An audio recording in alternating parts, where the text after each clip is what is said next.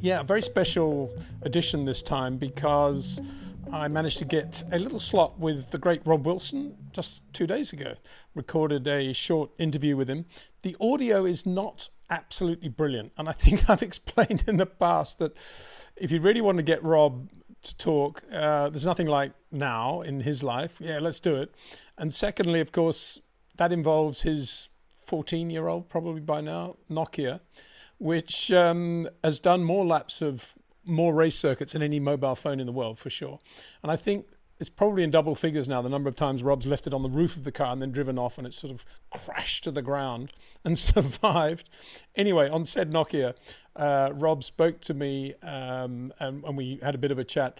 Not great audio, as I say, because I wasn't able to set up any real recording devices either. Forget Zoom or anything like that. No, far too high tech. This was sort of holding one phone against another. So apologies for that. But I did go to the trouble of putting proper subtitles on everything over Rob's audio. So hopefully that'll all be clear when we get to it. And I hope you'll enjoy it. He does actually talk about a lot of the stuff that we talk about on a regular basis here on the channel. Short corners, rates of input, and the unimportance really of racing lines. And Rob confirms, you can do 2 super quick laps on 2 different lines, if providing you're managing the dynamic weight really well, and he makes that point, and we talk about that. I also talk at the beginning, just to let you know what's going on, so it's pretty clear, about Rob's greatest love, which of course is his music, and the fact that he and his band, which is called Grand Prairie, have just released a new single, would you believe, in all of this. And we talk a little bit about that in the background of that. And in it, Rob glibly says, oh yeah, of course you can play it on your YouTube channel, Peter. And I said, well, make sure you give me all the correct whitelisting documents that I need in order to do that, Rob, because you're a music mogul now. And for sure, somewhere, someone has a license which says that you can't just play it because Rob says so. And sure enough, I hadn't received said approval by now, by the time we're doing this live stream, but I will get it eventually. I think when I do, of course, I'll be playing it. But in the meantime, please feel free to Google that single and maybe upload it. I mean, it'd be brilliant for Rob if we get as many people buying and uploading his new single as possible. So there we go. With no more ado then, this is my chat with Rob Wilson. Enjoy. Rob, great to catch up with you, and I do so just after the launch of your latest single, which is obviously the most important thing in your life at the moment. Let's talk about that. Well, it's called Norway, Maine. When our band goes to America, which it does generally every year, we've been playing in Maine, which is north of Boston, about 3-hour drive, state of Maine. And there's a town there called Norway. And in that town, where we play at the Oxford County Fair and a few gigs locally, there's a radio station called WOXO, and it covers a lot of Maine. And someone kind of jokingly suggested, write a song about Norway, Maine. It's a small American town. So we did, and we recorded it. Brilliant. In Mark Knopfler's studio, actually. Remember Mark from Dire Straits? So we recorded it there, and we only did it, a week or so ago, and we sent it across to them, and I think they like it. They've started playing it on the radio station. So there it is, Norway, Maine, small town story, like it tells the time, except you're coming back to the town, you're not leaving it. And this is your group, Grand Prairie, and my next point is, can I please have permission to play that on my YouTube channel? I know there are going to be rights issues with huge musical moguls like you, but we need to get that cleared, I think. No, you have got complete clearance for that now. And you may release the song that'll make it a hit record, thanks to you, Peter. Yeah, right. But more importantly than ever, what did Mark Knopfler think of the song? He likes it. He likes it very well. And we'll play it, by the way. You remember Joe Macari? I do. He's got the big showroom in London. We'll be playing there at Christmas time, and we'll play it there. We usually do the Christmas party that Joe puts on there, which we always do. So we'll be before. So please come. We'll sing it to you. We'll be there. Looking forward to that very much. Now, getting on to the minor issues, Rob. There's a question that came actually into the live stream last week, which I kind of tried to handle, but you're much better at handling it, which was why more Formula One drivers aren't using driver coaches, and why driver coaching in general is not really a big thing in Formula One. I semi-replied saying, well, of course, a lot of the race engineers try to coach the drivers and telling them what to do in turn 10 or brake later here or use more curb there or whatever. But that's, of course, that isn't really getting to the heart of the matter. No, that's it's kind of coaching, I suppose. And you think, yeah, well, we've got to get the lines correct and get close to the apex, and we all kind of know that, and use up the road. We all know you've got to be over to the left if you've got a right-hand corner coming up, and someone else might be a fraction quicker than you in the middle of a corner, and so you could be informed of that. I suppose you'd call that coaching. I think more what I spend my time doing with drivers, and they are doing it, by the way, is the way you drive. And that's the biggest thing. What's far more important than the lines. You can win on a couple of different lines. We know you want to get the car flat in places so it accelerates better. We know we want corners relatively short because cars go better when they're not going around corners. And so, but this is all, we used to be a bit radical talking like that 20, 30 years ago. Now, it's ABC. But more important than that is the rate you tell the car what's coming. The tiny introductions to the steering, the tiny introductions to the brake pedal. They talk about hit the brakes, but really, if you wanted something to move, if you had a couch, a sofa in your bedroom or in your living room, and you wanted to move that, you would not walk to the other side of the room and get running and run flat out across the room and bang into it and hit that couch to make it move. Yeah, it would move, but boy, there'd be a price you'd be paying for it. You'd be inching it forward. You do not go hitting the brakes. It sounds like it, but there should always be a minuscule introduction to these things. And getting drivers to move their body at a certain rate when you're going absolutely flat out, when you're staring death in the face, when you're on the complete limit, that's the gift of it. Getting them to be like that when they're in extreme circumstances. Rob, one of the tools, of course, that they all go to for different reasons from driver to driver, team to team, is the simulator. Where are we at now with simulators, do you think, in terms of what you just described, that sort of detail, the nudging of the couch before you start to push it? Can simulators start to work in that direction, or are we still a long way away from that? We're still a ways away from that. The simulators are great. They duplicate a lot of things. But I noticed that they talked at Monza that with Max, they went away from being slavishly, with their words, I think, stuck to the simulator and going with what the driver was feeling when they went to the setup. Now, that sounds radical. It should be common sense, but that's what they did. And they were happy with that. The simulator, obviously it's terrific in the way it can paint a picture, but it's still digital. So it can't be exactly 100% correct. If you've input a brake pedal or a steering wheel that's loading up the left front wheel on a right-hand corner, and doing that in a minuscule way, that weight is not necessarily going to register on a digital readout, because if you push it it's all ones and twos. So if that weight's gone from 1 to 1.49, that line on the simulator is still reading 1. And if it goes from 1.49 to 1.51, just a fraction more, it'll read 2. But we're saying, what about 1.116 to 1.204? It can't be there. And yes, it makes a big difference in the way that a car handles. So that I don't think can really show up. And most of the things on these cars, they're kind of reactive, whereas drivers have got to anticipate. And that comes from the driver, not from a simulator.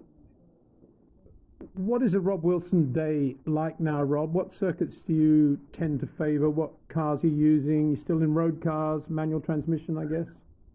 Yeah, using Ford Puma, which is a terrific car. It's an amazingly well balanced car that even though it's front wheel drive, it wears its tyres evenly. You know, it doesn't wear out its fronts more than it does its rears, which is quite unusual. So very, very well balanced car. And so using that, using Bedford, Jonathan Palmer's place, and also Hessel, which is the Lotus test track just north of Snetterton. And then I use a little bit of Goodwood. And also at Donington, the old part of the old original 1933 Formula One track, you know, which is still there in part. And that's great. It swoops downhill and comes up. You know, there used to be photographs of old Mercedes and Auto Unions with their wheels in the air. We've got that corner there. We've got that on that track. It's quite interesting. We don't leave the ground very much because nevertheless, it's there. So we use those, pretty much those four places. And that's enough for me because fronting is closed now. That's now car storage. So that's what I've been doing, and it works very well. Rob, you've also in the past done some rally drivers. Can you talk a little bit about that and the relevance of what you specialise in to rallying? Yeah, but mind you, it's not hugely different. Like you drive at Indianapolis, and there are two things, and then you drive in a rally, and there are 20 dynamics going on. But it still comes down to keeping the corners as short as we can, not overdoing the Scandinavian flick. You know, a little introduction to the steering and the rate you decrease the brake can be just about as effective as a Scandinavian flick. Not having corners going on too long. They're very, very similar. And of course, the rally drivers, you know, they've got to be a bit more creative because you can never find the ultimate cornering speed because, you know, it's always a bit of a mystery. But they get jolly close. But no, I don't. There's very little difference, and I do a number of the rally drivers. In fact, I got a message from Gus Greensmith just the other day who did so well with Ford and various other teams that I must get back to him. Rob, can we just talk a little bit more about that reference you made to, well, I think you're making a reference to left foot braking and what's achievable without left foot braking if you use the brakes perfectly. Is that correct? Is that the right way of posing the question? Yes, that's right. And I know some famous rally drivers, Finnish, who I worked with, who did ask me about that. And kind of agreed that left foot braking wasn't that essential. Now cars are often two pedal these days, so you use your left foot. But originally people were thinking, well, you can come off the brake and be on the throttle immediately or at the same time. But there's actually a value in the gap, you know, and people have discovered that when they go for lift and coast, particularly at Le Mans. You know, that if you can come off the throttle, that's already beginning to transfer weight to the front. And then you can go on the brake and continue that weight transfer in a seamless way. There's not always a value in being the first off the throttle and onto the brake, or even off the brake and onto the throttle. There's a value in the gap sometimes. But the drivers need to give themselves their own example. Till I show them, they then do it themselves. And then when they've given themselves their own examples of this, that's when the learning process begins. And rather than just talking about it. And so, do not have to be the world's fastest GP. On that subject, and something we've noticed with Lando, particularly over the last 12 months, but occasionally Max, sometimes Oscar, is that going into fast corners, particularly Lando, it's under a second, but there is a moment when he's on neither the throttle or the brakes, and the car's just floating in without either pedal being touched. Does that make sense? It does, yeah. There's a lot of times we go over a race where neither of those pedals is being used. You can say, sometimes you're racing a Porsche, you've always got to keep some sort of energy going through it. You coming off the throttle and onto the brake pretty much at the same time, or off the brake and on that throttle almost at the same time. You tend to have to keep some energy in there, but it's a bit of a Porsche thing. In normal racing, or the rest of racing, no, it's okay for waiting for the car to rotate for a moment. And that could be the length of time you stay off the throttle, or the length of time you stay off the brake, or how much throttle you put on, or you drive the car with your feet, obviously, as much as you can, but that can mean just allowing it to rotate sometimes. That's not a bad thing.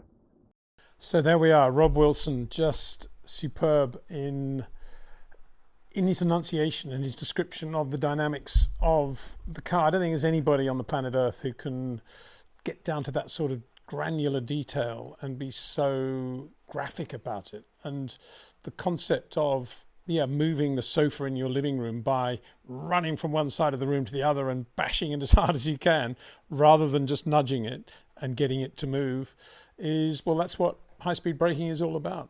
And that's something, of course, that, as I've said many times, that's something that the Maxes and the Charles and the Lewises and probably the Isaacs do incredibly well naturally. Obviously, there's been a build-up of experience and road dust as they've gone through the racing ladder, but it's something that is very natural to them. And I'll never forget Rob, when chatting to Rob, giving away information perhaps he shouldn't, when Heike was at McLaren, which I guess was 2008, and compared with Lewis, he wasn't as effective with braking. And it was, and you could see, and Rob pointed out, even on the telemetry that they had then, that Lewis was finding places where he wasn't braking that hard, and then once he'd got the car settled, he was braking perfectly, whereas Hecky was doing a bit more of the hit the brake stuff, and that was very clear then, and a lot of what Rob talks about, as he says, is common sense. People are starting to realize this or realize that. Well, it's just common sense, and referring, of course, to the way Red Bull were not slaves to the simulator before Monza and going into Monza, and that's a great thing. And anyway, to me, Rob is so articulate, as I say, but he's so good in so many areas, and that's only talking about motor racing. I could talk to Rob about a million different subjects and he would outdo me every time. His general knowledge is just amazing. Anyway, Norway Main, get that single if you can and support Rob. I'm sure it's good. It's country and western stroke blues, I think, is probably the way to describe it. I think that's what Rob plays most of the time. But, if it's good enough for Mark Knopfler, it's good enough for anybody, isn't it, really? I mean, what an amazing thing to have Mark as one of your close mates and using his recording studio, and having Mark obviously listen in as well. I mean, just fabulous. Shows how much respect Rob has in, the motor racing world, obviously, but then beyond that, into the music world as well. So big thanks to Rob. And we'll try and keep up our discussions with Rob as we go into the winter as well at the end of this season, and get his thoughts, because I can sit down with Rob for hours and just never stop talking. But there we are. It's better to do it without the Nokia mobile phone, but I hope the subtitles work for everybody and it kind of made some sense. Anyway, let's get on to your questions and comments now, and we'll eventually get down to the point where I think people will be referring to the Rob interview. This is from Arnab Das, first in line. Hey Arnab, thank you for your stream, Peter. Can you tell us about the drivers from the 50s and 60s who were talented enough to win the championship but could not for whatever reason? I mean, the obvious one from the 50s is Sterling Moss. not only one of the great drivers from the 50s, one of the greatest racing drivers of all time, never won the World Championship. But some of his Grand Prix wins were timeless, particularly 61 Monaco and the German Grand Prix in 61. So Sterling is an obvious one. Peter Collins, I would say, had the talent definitely to win the World Championship, and kind of knew that when he relinquished his opportunity to win the championship in 56 to his teammate at Ferrari, Fangio. Even though Peter Collins was still in the running, he gave Fangio his car in the days when you could swap cars, in the belief, for sure, the inner belief that one day he too would win the World Championship. And of course that sadly never happened because of his untimely passing at the 58 German Grand Prix. And I would add Tony Brooks to that, actually. I think Tony Brooks had the class and the skill to be a world champion had he been in the right car at the right time, made the right move at the right time.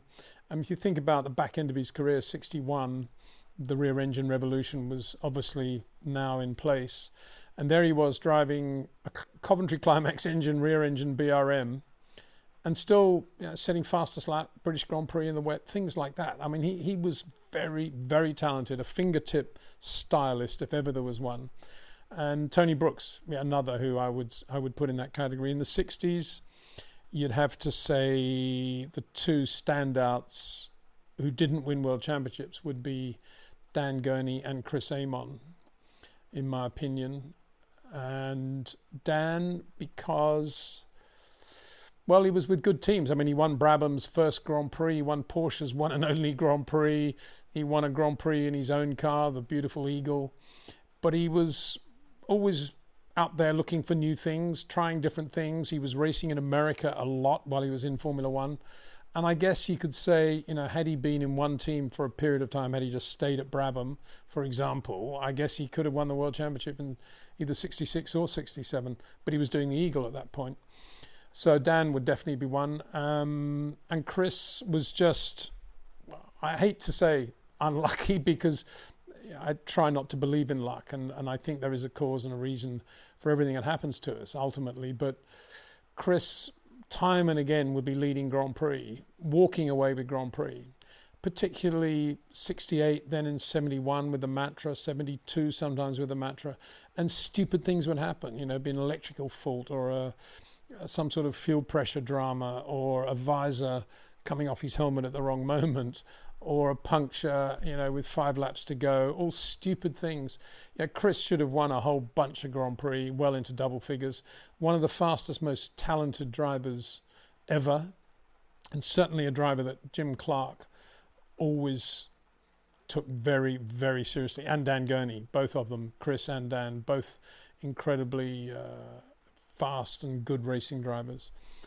Bruce McLaren, plenty of drivers, I would say, not as talented as Bruce, who've gone on to win world championships.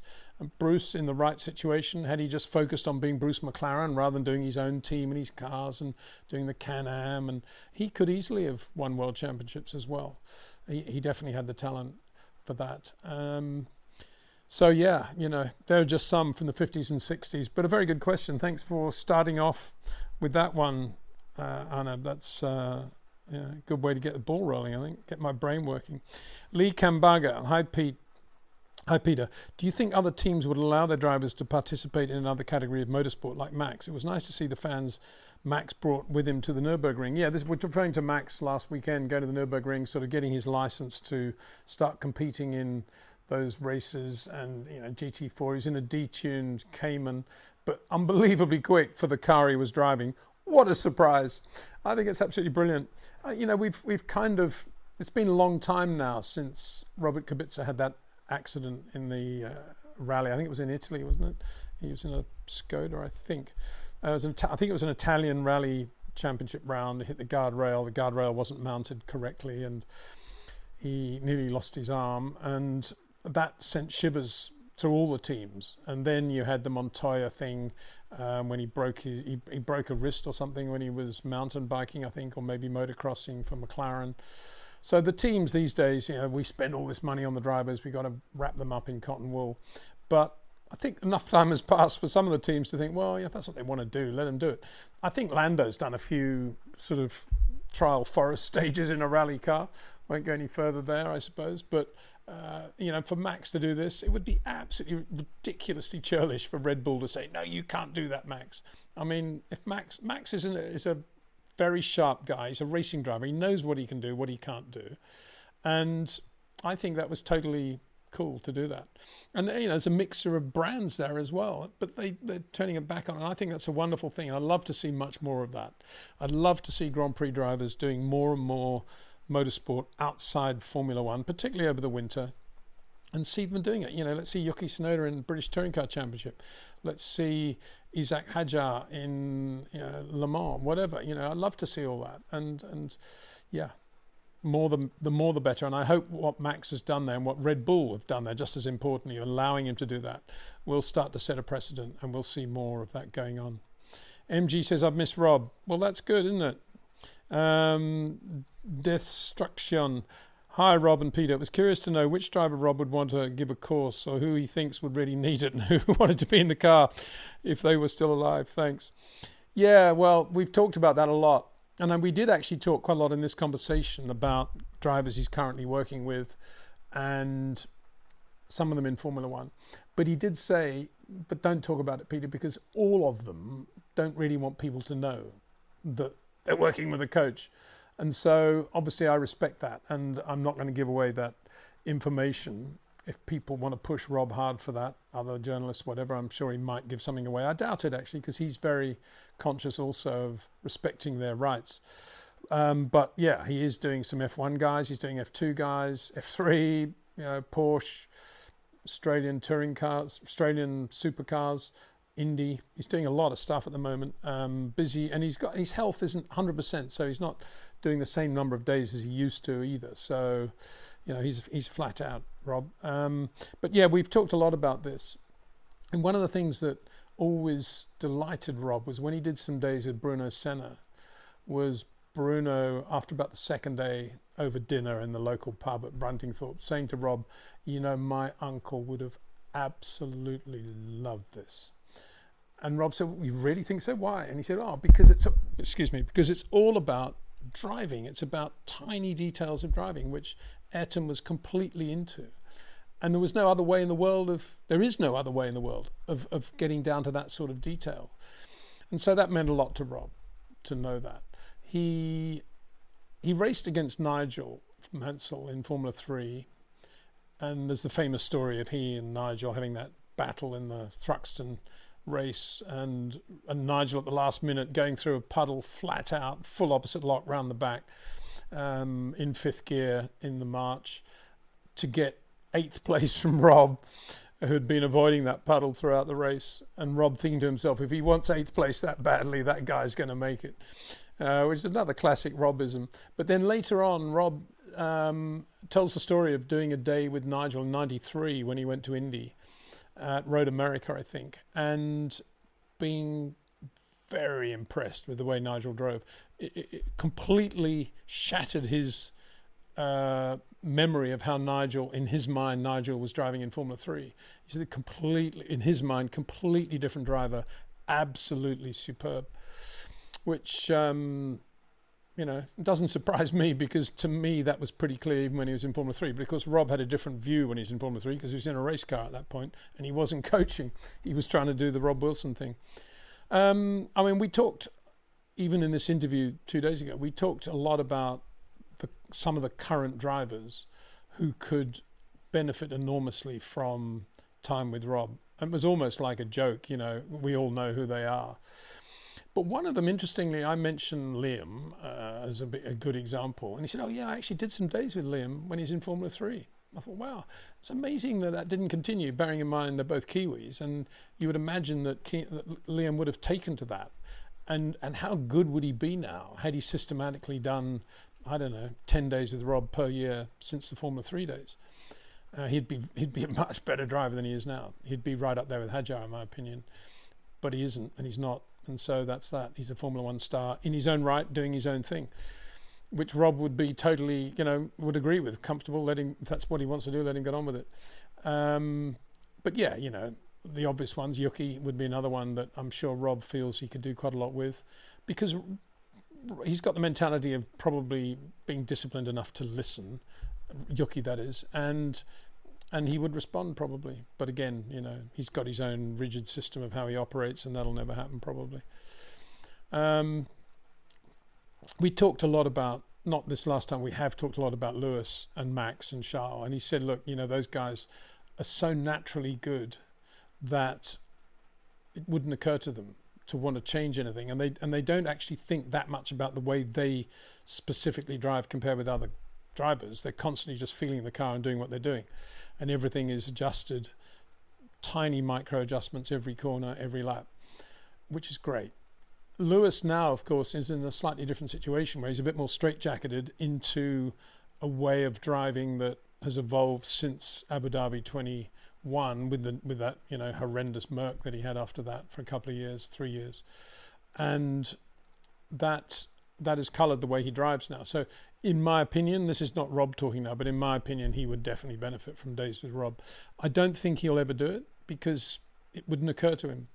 And you know, I've never suggested that to Lewis, but I've suggested a couple of other things, and he's just sort of blanked it. So I know he wouldn't consider that. It's just a great shame because I think he could definitely benefit if he had Rob for 5 days in a row at Fiorano over the winter in some sort of manageable Fiat road car, not some glamorous Ferrari hypercar. Then I think he could definitely make some big steps forward. Preferably before the winter, actually, but that ain't going to happen. Anyway, good question. Thank you very much. AB says, Toto not flirting with Leclerc like he usually does with Max is surprising, given he has all the stats with him to see Charles' talent. Kimi doesn't deserve the Merc seat. Leclerc in a Merc or Red Bull is a must. Well, Toto not flirting with Leclerc, I mean, in what context? As a teammate for George Russell? I'm not surprised he's not flirting, because I can't imagine George would want that. And I think Toto probably learnt something by putting George up against Lewis and then effectively deflating Lewis.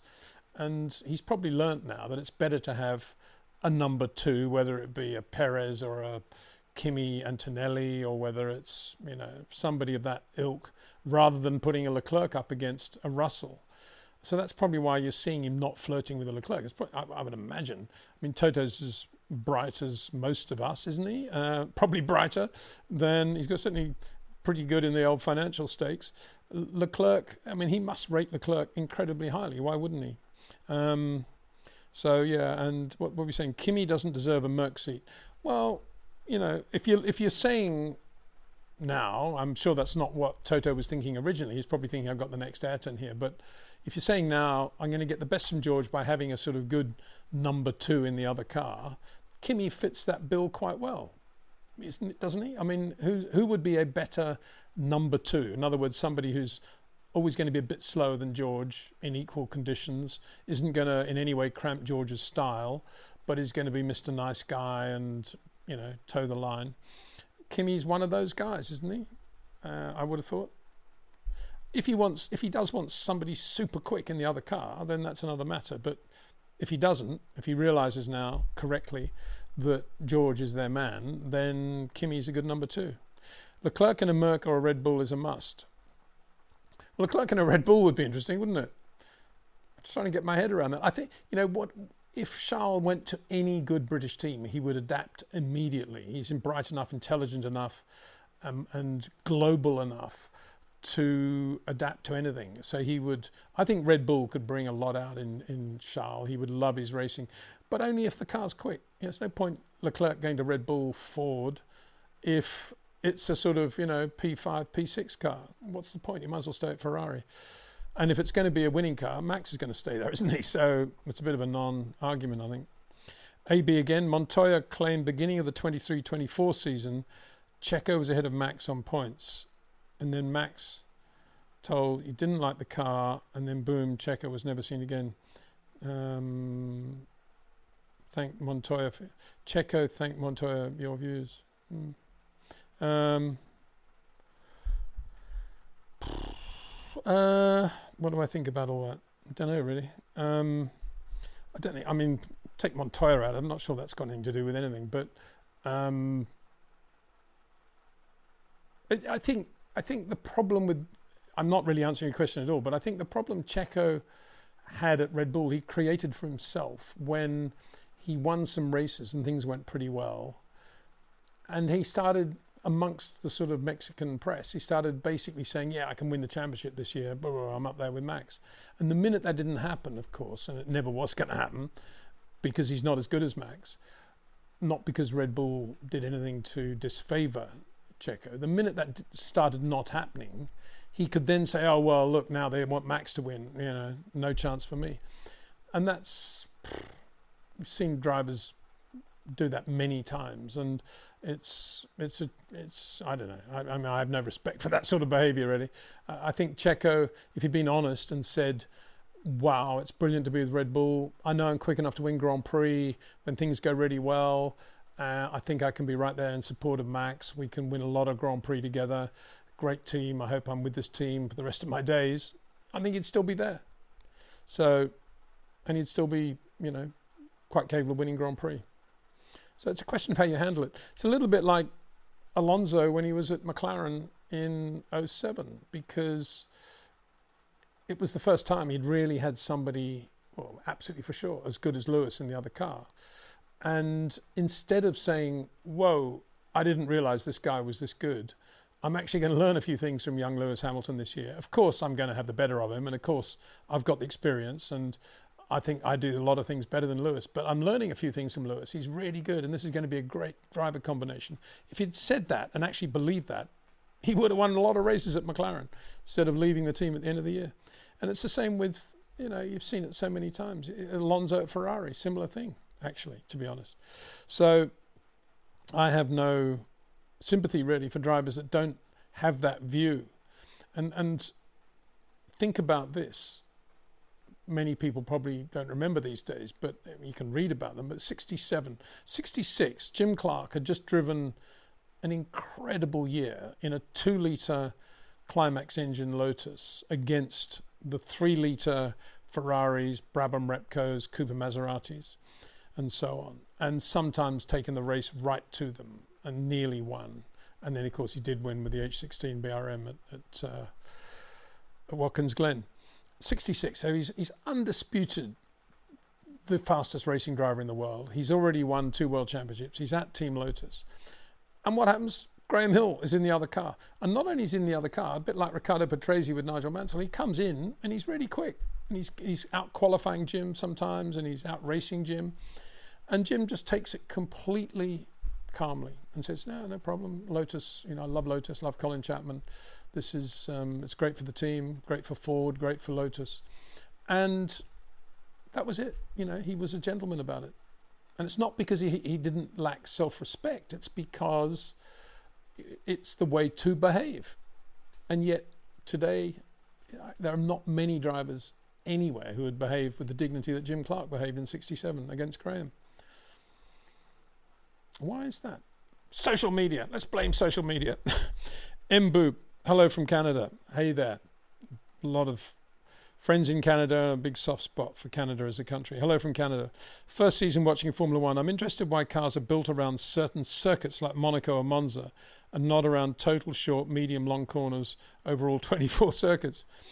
Well, I don't think engineers set out to design cars for specific circuits or even specific corners.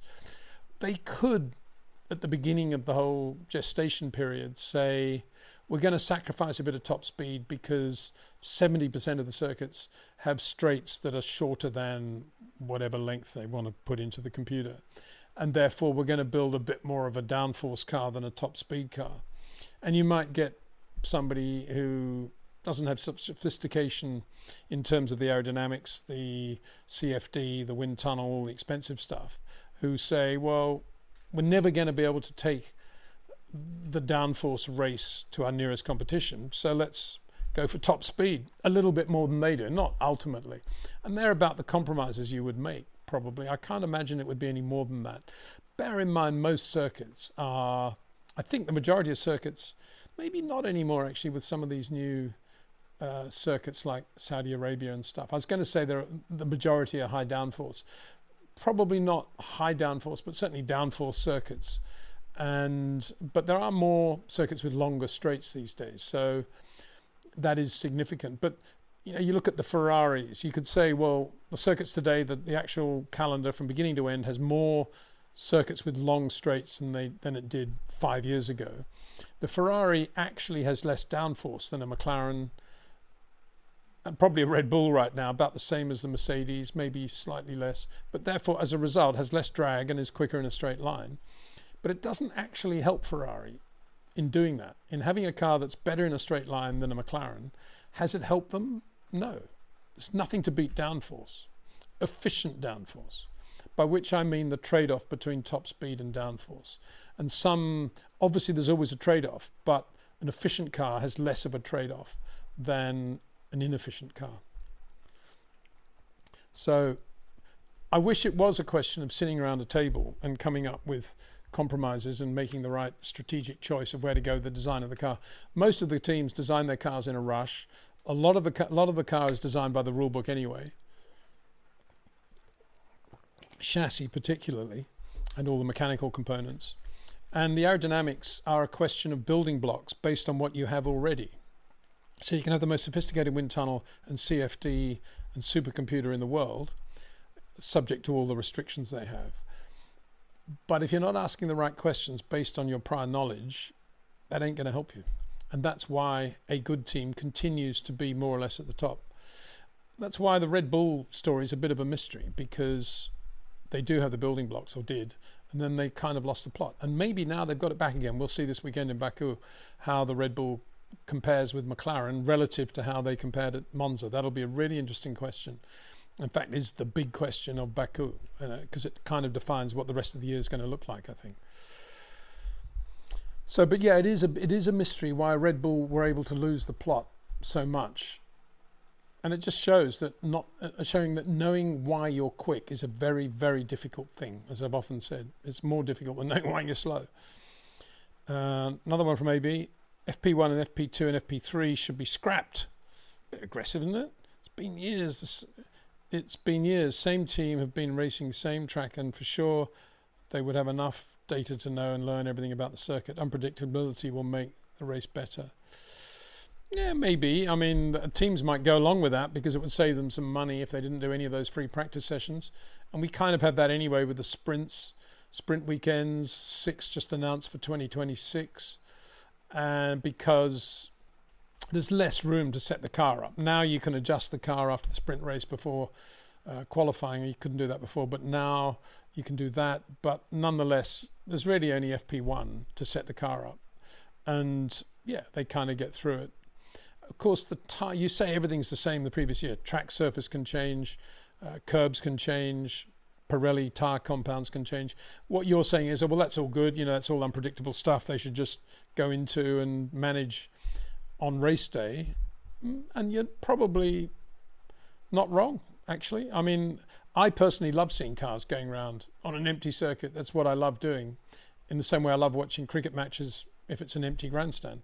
That's just me. And I love practice sessions. And I love Grand Prix, not that I was ever at any, but I love Grand Prix, reading about them when they began on a Thursday and they ended on a Sunday night. And Thursday, Friday, Saturday, every lap they drove was potentially a lap that counted for the grid. There was no untimed practice or timed. I thought that was brilliant.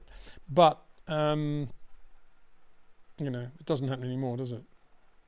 So Gandalf the Fool says, hi, Peter. Hope you guys are doing great. Yeah, we are talking about Rob as well. So yeah, again, big thanks to Rob for that. Sarosh Sermon says, hi, Pete. Hi, Rob. Big fan of you guys. Thank you. Jez, James, Peter. I would think that McLaren are doing a number one job with their 2 drivers for the Constructors' Championship, especially compared to Red Bull, who failed to get both drivers in the points. Yeah, absolutely. If there was only one championship and it was called the Constructors' Championship, you would have the 2 best drivers you can get. But as Michael Schumacher said, who cares about the Constructors' Championship? It's the Drivers' Championship that everybody talks about. And if you want me to win the Drivers' Championship, I need to maximize my chances at every race. And the last thing I need is my teammate taking points away from me, because 1 point can win or lose a Drivers' Championship. And Ferrari said, yeah, you're absolutely right. And I kind of agree with him, to be honest. I find the Constructors' Championship quite boring, but I think the Drivers' Championship is the thing that I always focus on. well, if I'm going to focus on either, it'll be one of those. I like to think, and sometimes I try to be in the Sterling Moss ethos of not worrying about the championship at all, just taking each race as it comes and looking to see who's going to win that race. And I love to see that. I don't like to see drivers deciding not to race because of the points. And so how often do we see now the midfield guys saying, oh, we're hoping to be in the points tomorrow. This is on Saturday night. I mean, these are all midfield guys. All they want to do is get a good race result and try to win the race, not points. Anyway, that's just me again. Al, some people have been talking about how Max's driving style techniques makes the front tire deg worse. What are your thoughts on this? Well, in that he knows how to use the front end of a car, and if he doesn't have a front end at all, in other words, it's just chronic understeer or no response through the steering that he can feel, then you could say he probably is using the front more than, say, a Carlos Sainz or a Liam Lawson, who's always going to drive on the rear of the car, or Yuki Tsunoda for that matter, on the loaded rear going in. But on the basis that I'd say 90% of the time Max does manage to come up with a setup that gives him feel for the front, the minute he has feel for the front, that doesn't mean to say he's just loading up the left front and using the front end hard. What it means is that he's got the car in a way now that he can perfectly balance the car, as Rob says, he uses that word flat, and create a flat car because he's got that great front end feel, and he can get the whole car sitting square to the road. So on the contrary, I would say he's got incredible ability to manage the fronts because he's so sensitive to the front of the car, and he's so able to create, because he can feel where the front is, he can create these flat areas in a change of direction. Particularly if there's no room for braking or coming out of the throttle and it's just constant throttle, change in direction, the left and the right are close enough together for them basically just to be one constant S-bend. A driver like Max will nonetheless for a millisecond create, as he's going from the left-hander to the right-hander, he'll create with the feel and the dynamic load he's got, the G load, he'll still create the best possible moment to load it up the other way when the car's more or less square to the road. That's what he does. That's Max Verstappen, pure and simple. And that, of course, puts much less load through the tyres than somebody who's going like this. And so, yeah, I mean, Max, I think, would be...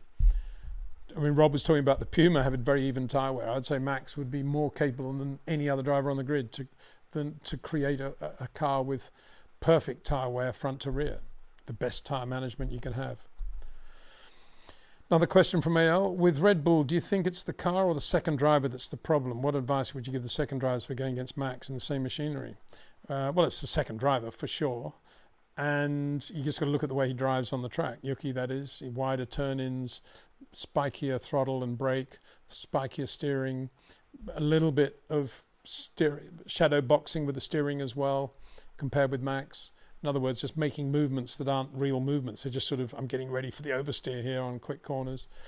And my advice would be go and book some days of Rob Wilson. Simple as that.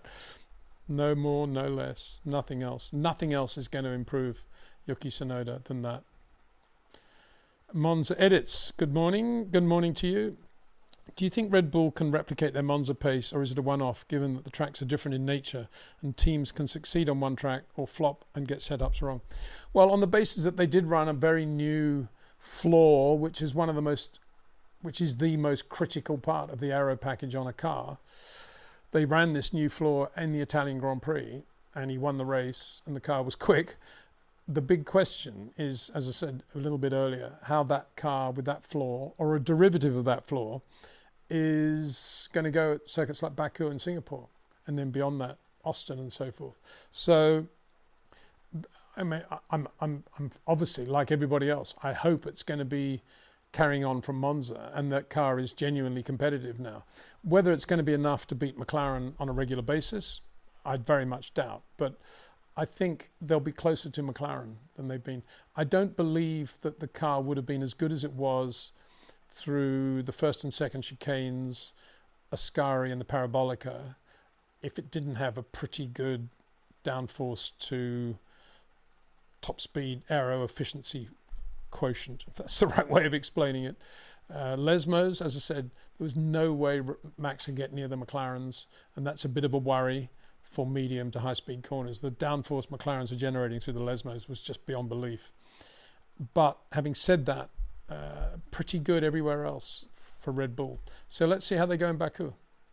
Yeah, let's see what happens. Andres Bastanciuri. Hi, Peter. Did you see the awful onboard from Saudi Arabia track they're planning? No, I didn't actually. It's a new track they're building, isn't it? In that new funny city they're building. Yeah. Haven't seen the onboard. No surprise that you're not a fan. I mean, it's difficult to think of modern circuits that actually capture the imagination in the way that Sepang did, or Turkey did for that matter. I don't know, why don't they just build a Sepang? Okay, we're not racing in Sepang, Malaysia anymore. Let's build one out in Saudi Arabia instead. Nothing wrong with Sepang. It's a great layout. Same with Turkey, actually, for that matter. And see, hi, Peter and Rob. I've been looking forward to this one. Can you and Rob describe how downforce cars are driven differently in comparison to non-downforce cars, reference tight lines and short corners? Well, as you see, that wasn't a live interview where we could put that question to Rob. I've heard him answer this question before, and he says it basically doesn't make any difference whether you're in a high downforce car or a car with no aero. It's all about managing the dynamic weights of whatever grip level you have, and the same principles still apply in terms of rates of input. And he makes the point, he said, you don't have to have the fastest footwork in the world to be a very, very good racing driver. It's the rate at which you use the pedals corresponding to everything else that's going on, all the dynamic weights, that is the absolutely critical thing. And again, in that little chat, he makes the point that, and it's one thing to do that in FP1 or FP3, it's another to do that when you're on your final qualifying lap in Q3 and the pressure is on. And at that moment, you have to be sure that all your rates of input are perfectly matched to all the dynamic weights going on in the car. And you're not moving faster than the car wants to move in terms of your body movement. Very easy to do under pressure. And that's what Rob teaches and trains, to be honest. It's that mechanical, scientific way of managing your inputs. Once you know how to do it is one thing. Managing them under pressure is something else. And that's what he does really well.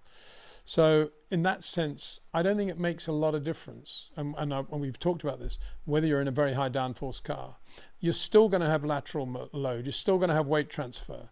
You're still going to have all those things. They happen at different rates, and it's up to the human being driving the car to adapt to those different rates of weight transfer, for example. And of course, short corners is something that is a good thing to do. As you said, the corners just join the straights and the car is much more comfortable going in a straight line. So you want to make the corner as short as possible. That's an obvious point. But in order to create a car that can manipulate, in order to manipulate a car that can create a short corner, you have to have the perfect rates of input. You have to have the suppleness. You have to have the shock absorbing in the bones and the joints of your body in order to feel everything the car is doing, which is what the great drivers, the Max, the Charles, are doing, and the Lewises when he's on it. And then you can do your short corner. But the short corner itself isn't the thing. It's the managing of the rates of input. That is the thing. And I think that came through very clearly in the chat with Rob. Sheriff of Sandervoort. Hi, Peter. Your takes on these Formula One pundits like Rosberg claiming Hadjar should not accept the Red Bull seat because the car is tailored for Max. Absolutely ludicrous. I can't imagine Nico said that. I mean, that is just so, I don't know. I'm not even going to use the adjective that sprung to mind. Forget about Nico saying that. I mean, to me, it's a great racing team, Red Bull. And Isaac Hadjar is bright enough to know that the reason Max Verstappen is very, very good in that team, in that car, is because Max Verstappen, is very, very good. And Hadjar's good too. And he will get the best from that car. He won't be quite as good as Max, but he'll be somewhere near Max. And if you're a young guy, all you want to do is pace yourself against your teammate and preferably beat him if you can. And And all this business of the car is set up for Max. It's not. And the team's not set up for Max either. It's just a very good racing team. As Jonathan Wheatley said many times to Daniel Ricciardo, Daniel, do not leave Red Bull. You will win more Grand Prix now if you stay. Do not leave Red Bull. Oh, yeah, but, it's all favoured around Max. It's not favoured around Max. He's just a very good racing driver. Better than Daniel Ricciardo, bottom line. I'm not going to say Max is a better driver than Isaac Hadjar right now, because Isaac's right at the beginning of his career and he's showing all the qualities that would indicate that he's going to be a great racing driver, and he will definitely benefit from going to the Red Bull race team. Definitely. And anyone who counsels him not to go, sadly, I'm afraid, I'm not going to say anymore, because I like Nico. He's a good bloke, but I can't believe he said that. He must have been quoted out of context. Rao, did you know Piers Courage well, and did you get to speak to Frank Williams about him?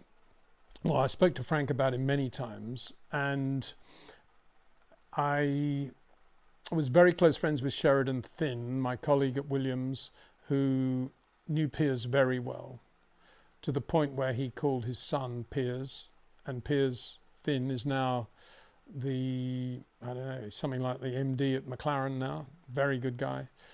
And I know Piers' son, Piers Courage's son, Jason, pretty well. We communicate periodically. And so far as Piers himself goes, I was always a fan, because great name, great guy, married to, Lady Sarah Curzon, ex-model. The whole thing was so cool.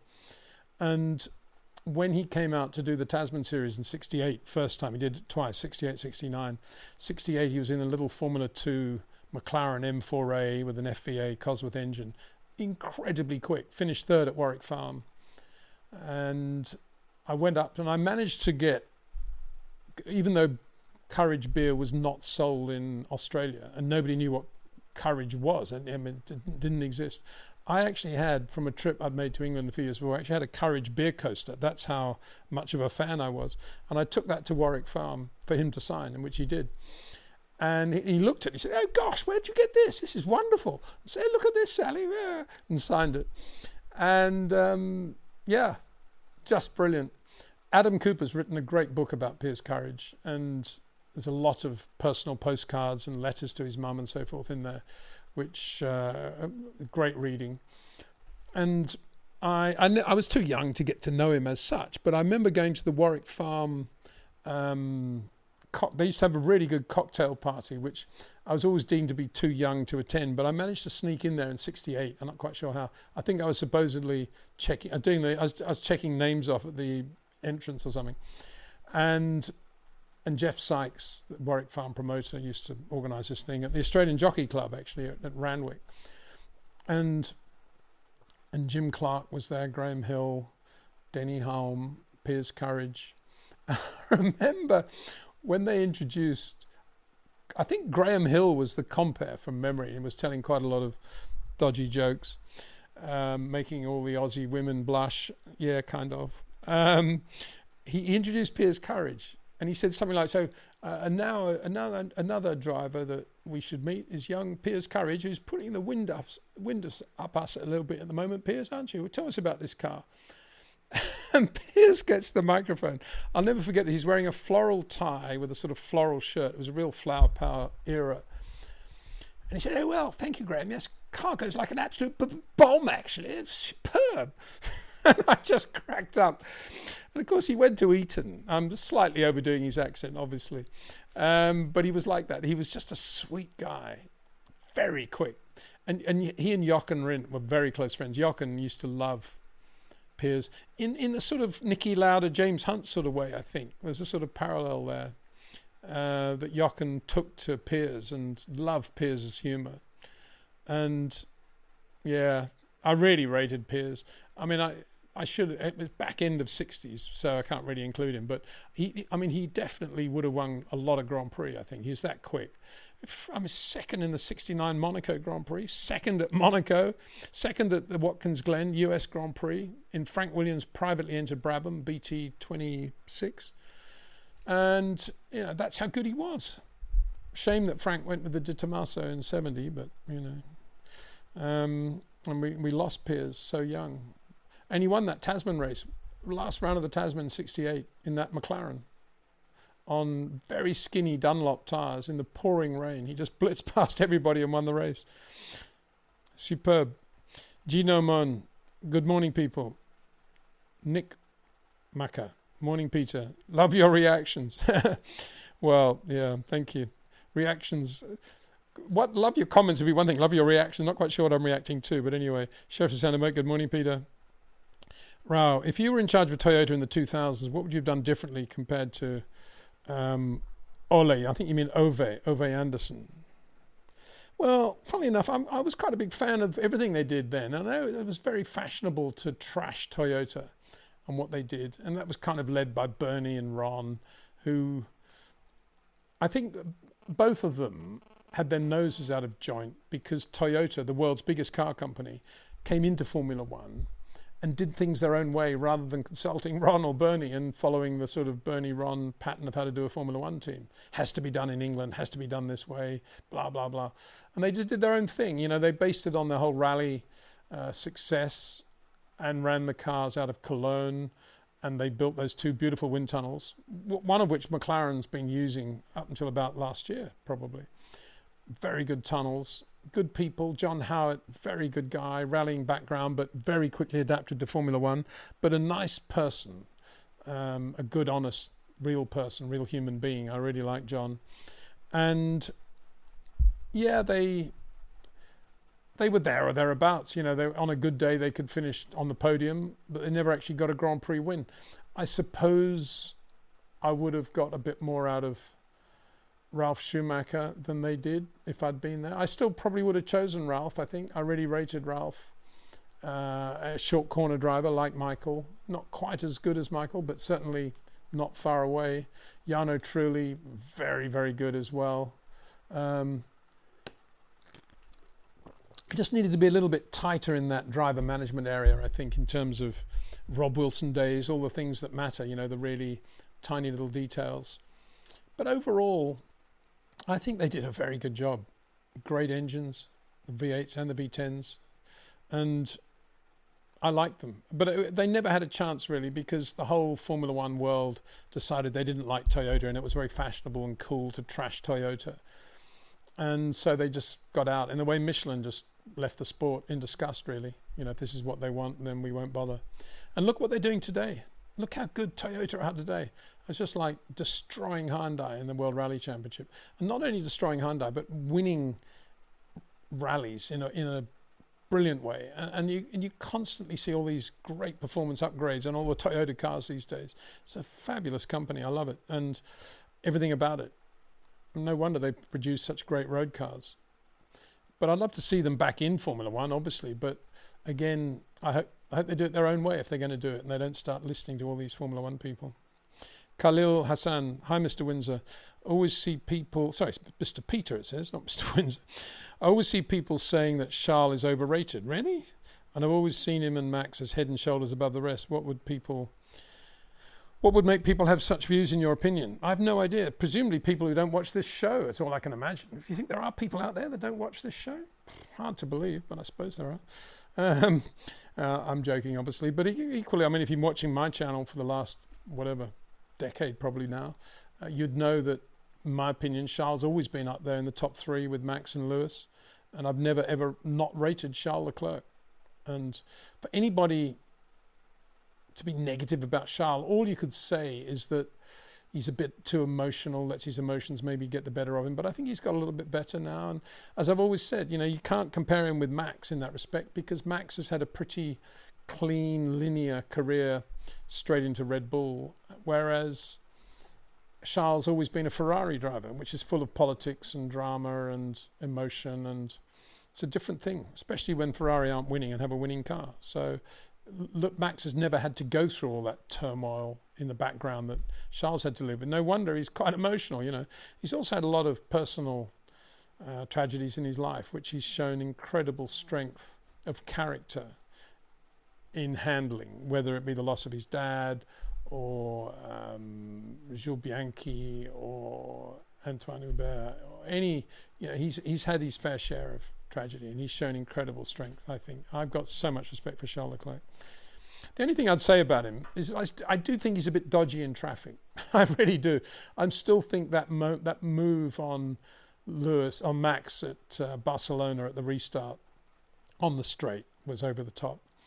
And I think, we've seen recently a couple of races, Zandvoort, he's been a bit, bit edgy. And he is the driver deep down inside. He's still that driver that had an unbelievable battle with Alex Albon in Formula 2 at Abu Dhabi in the final round there, when they were just, he was just basically T-boning Albon whenever he felt like it and getting away with it. And he's a bit ragged when it comes to that. But that's my only criticism of Charles, really. I just, that he needs to calm down a little bit when he's really near other cars, I think.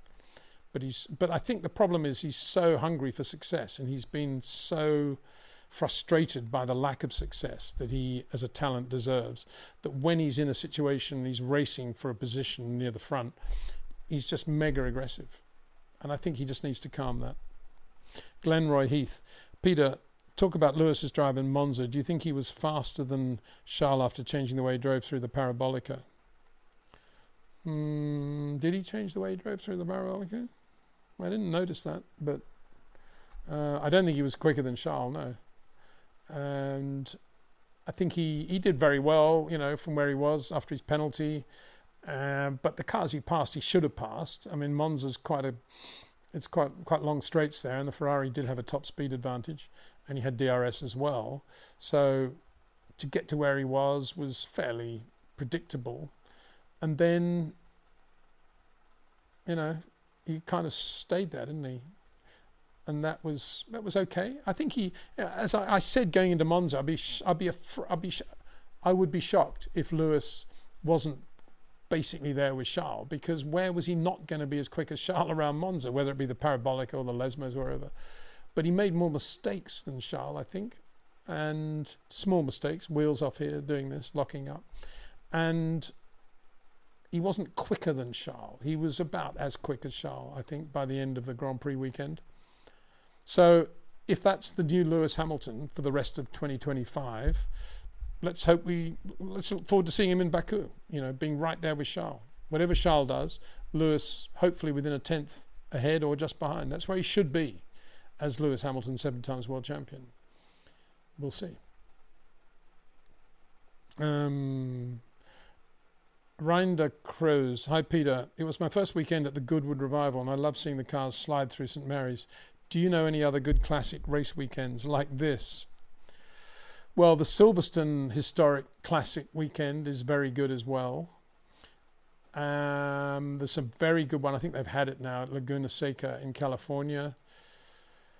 Imola, they have a very good historic weekend as well. Most of them are over by now for this year. You have to look on the calendar under historic racing, but they'd be the ones that I would look at. Imola, Laguna Seca, Goodwood, Silverstone. I was trying to think where else. Donington probably do one too, I should imagine. But yeah, you see the cars slide, especially the touring cars. They slide. Yeah, I mean, my only reservation about all of that is that those cars are built to race in 2025 as classic cars, as distinct from taking a classic car from 1963 and racing it in 2025. So a lot of the cars you see racing never looked like that in the 60s. And of course they did slide massively. But the main difference is tyres and how narrow the tyres were then. And I've got a picture of, it's probably much too complicated to get it onto the live stream now. I've got a picture of John Whitmore in the Ford GTX, which was the open version of the GT40. I guess he's testing prior to the 65 Targa Florio where he raced it, and he's testing it at Goodwood, and he's coming through Fordwater, which is the corner where Sterling Moss had his crash in 62. He's coming through Fordwater. The sun's almost down on the horizon.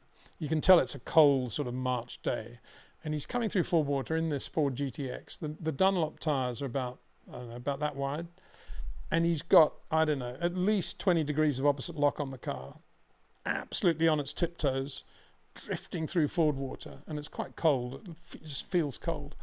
And I just think, oh, That is not an angle or a poise that a current classic car would ever be in. That is something that is unreproducible today. And that's why I take my hat off to those guys back then, because those cars were so on the edge and so good. And so good, the driving, that is. And, it was slightly different. And Lotus Cortinas today don't look as they looked in the mid-60s. They're stiffer, the tires are bigger, they're much quicker for sure. But what is that all about? Who cares if they're quicker? I mean, it makes no difference whatsoever. But the problem is these people who race them want to win, and they take it very seriously in terms of the preparation of the car, and anything they can get away with, they will, in terms of weight, whatever, stiffness. And so it becomes a little bit, not real, unreal. But it's to see them sliding with that arrow is always a great thing. Zishan Afsar. Hi, Peter. How highly do you rate Oliver Burman so far? Who do you think has the bigger ceiling out of him and Antonelli? Oh, Oliver. Definitely. I really rate Oliver very highly. As much as I rate... Well, one of the reasons I also rate Fred Vesti is because he was his teammate at ART in Formula 2. And Vesti was, had his days when Oliver was quicker. But he also had days when he was quicker than Oliver and did the job. I know that was Oliver's rookie season in Formula 2. But nonetheless, bearing in mind how good Oliver Burman is, we now know that. Everybody now hopefully knows that. That shows how good Vesti is as well. But anyway, putting that point to one side.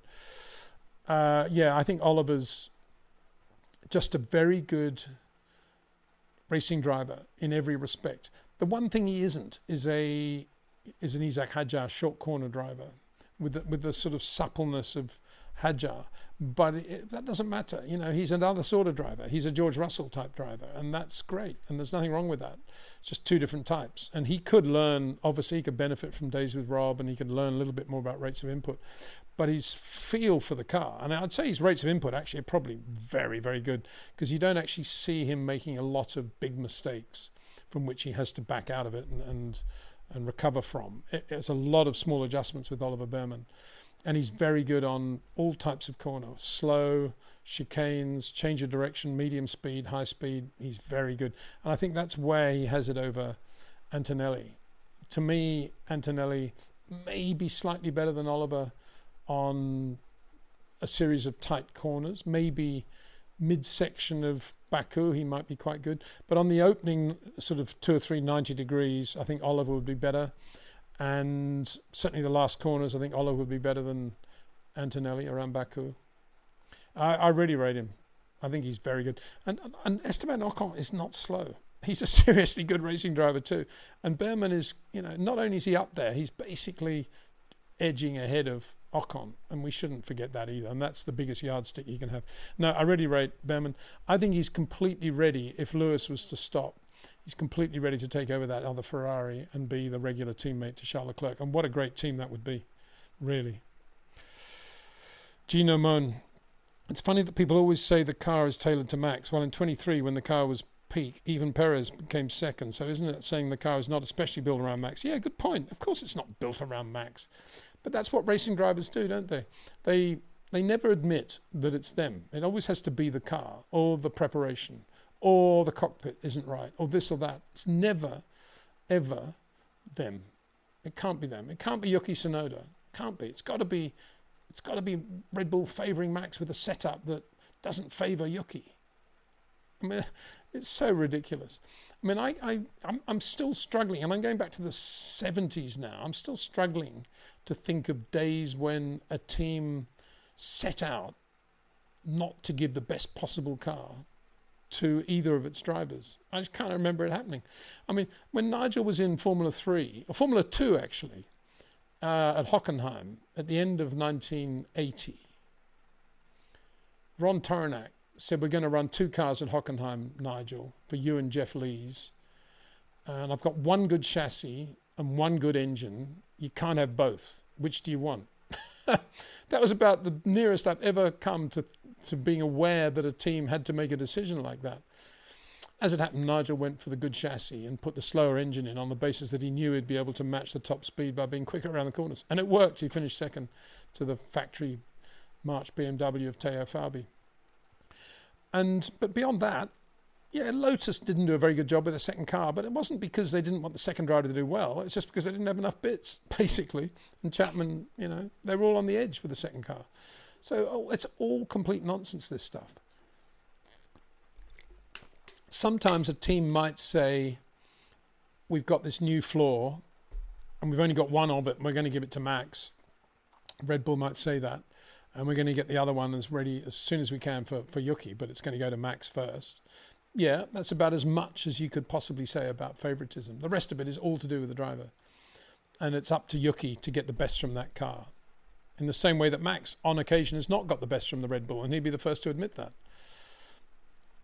And it's a question of getting the best. And when I say getting the best, what I mean is the whole Michael Schumacher, Frank Durney thing of Michael knowing the limit of adjustment you can make to the springs, the dampers, the ride, the softness, whatever, front and rear. And he's got a problem with the handling of the car, the Benetton in this case. But these are the limits to what they can do if they want to have basically a competitive top speed and they basically want to have reasonable tire management. These are the adjustment points. Michael would then go away and say, right, in his mind, I can live with a bit of wheel spin, I can live with a bit of understeer or whatever it was he could live with. He could make adjustments to his driving, providing I have that. If I don't have that, that's going to kill the lap time. But if I have that, then I'll make adjustments with my driving with these other two things. And then he'd go back and say, right, this is what I want. That is what I mean by getting the best from the car. And that is what Max Verstappen does naturally. He doesn't necessarily go out the back of the garage and think about it. He probably doesn't even think about it in the debrief. It just happens as he's driving. And he comes in and he says, yeah, okay, I want to go a little bit softer at the front. And they don't question it. They say, okay, good. And they do it. Because they know that if he's got it softer at the front, maybe he's got slightly better turn in or whatever he's looking for. And yes, he might have a bit of a problem with the back, but he's in his own mind, he's already worked out how he's going to deal with that. Whereas Yuki Tsunoda will come in and say, I've got understeer. And then, okay, we'll put on more front flap, we'll do this. Oh, it's slower in a straight line. And so it goes on. That's the difference. And Yuki might say, oh, the car's set up for Max. It's got his setup on it. Well, good, he worked for that setup. But I bet Yuki couldn't even drive with Max's setup anyway, probably, because his rates of input aren't as good as Max's. And his feel for the front is not as good as Max's. So before Yuki starts even thinking about the setup of the car, he needs to go and do some days with Rob and make sure he knows what he's talking about. Otherwise, you just make changes to make the car feel a bit better. You go around in circles, the car feels better and quicker, probably slower. Technician says, hi Peter, if McLaren can transfer the secret, of the 25 tire management system to the 26 car, surely that goes a long way to be a contender again. Yeah, it's not. I mean, I think there's a lot of this. Oh, it must be time management. McLaren have got a good car because they have much better time management. Well, they have much better time management because they've got much more efficient downforce. That's the point. And because they've got that downforce advantage, they've got a much bigger sweet spot within which to play with the time management, which is critical, obviously. From the Pirelli era, time management, yes, is very important because the tyres are built to drop off the cliff and they're very, very difficult to manage in terms of temperature and wear. But the more downforce you have, without it killing your lap time in terms of top speed, the more you can play around with the time management parameters. And that's what they have. So what you're basically saying is, if McLaren have the key to why they have a superior efficiency of their downforce package compared with Red Bull, Ferrari and Mercedes, if they can take that to the 26 car, bingo, they're going to win in 26 as well. And that's obviously what they'll be thinking. Now, whether that's something that is catchable by other teams, possibly we'll see this weekend, because the Red Bull was not bad at Monza, and it does have this new floor, which is part of the whole aero package, a huge part. And if that floor is a big step forward for Red Bull, we're going to see it at Baku.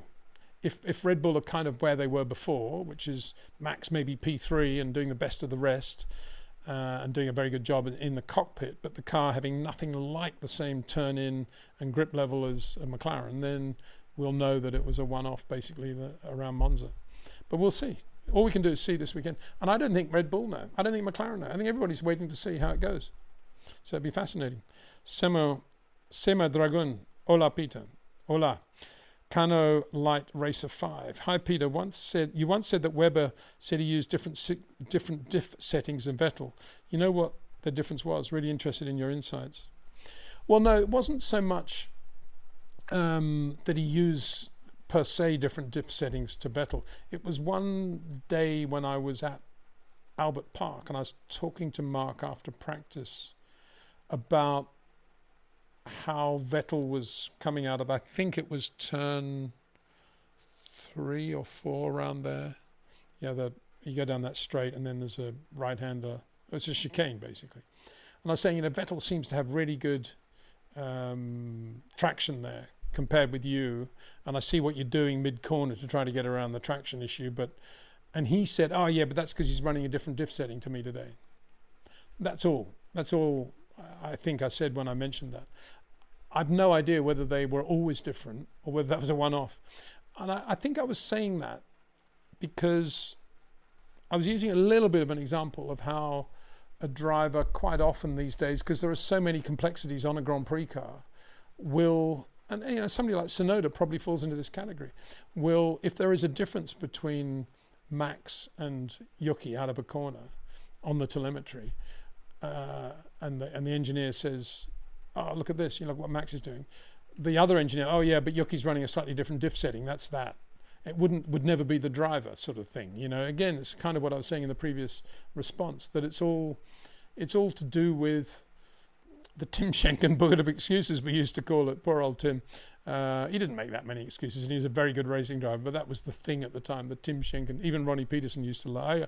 I put this in the Tim book of excuses. And, it's you blame, in the old days, you blame the tyres, the engine, the car, and the last thing, yourself. These days, it's not just the tyres, the engine, and the car. There's so many other things as well. It's the aero package, it's this, it's that. It's a million things you can blame. And that's why I'm just looking at the next question, which is a bit odd.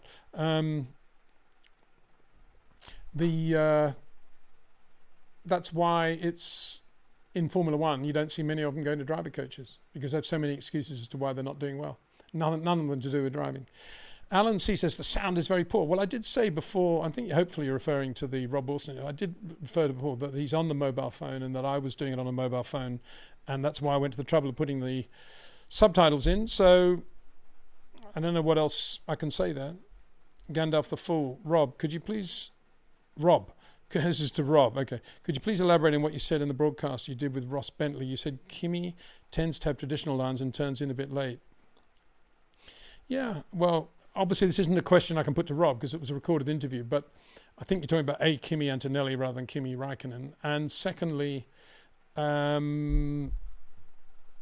haven't seen that interview, but I'm assuming they're talking about medium high-speed corners, which is the point I've been making all year, which is that Kimi tends to drive those corners the way George Russell drives them, because he doesn't have any feel for how to drive the way he drives slow corners.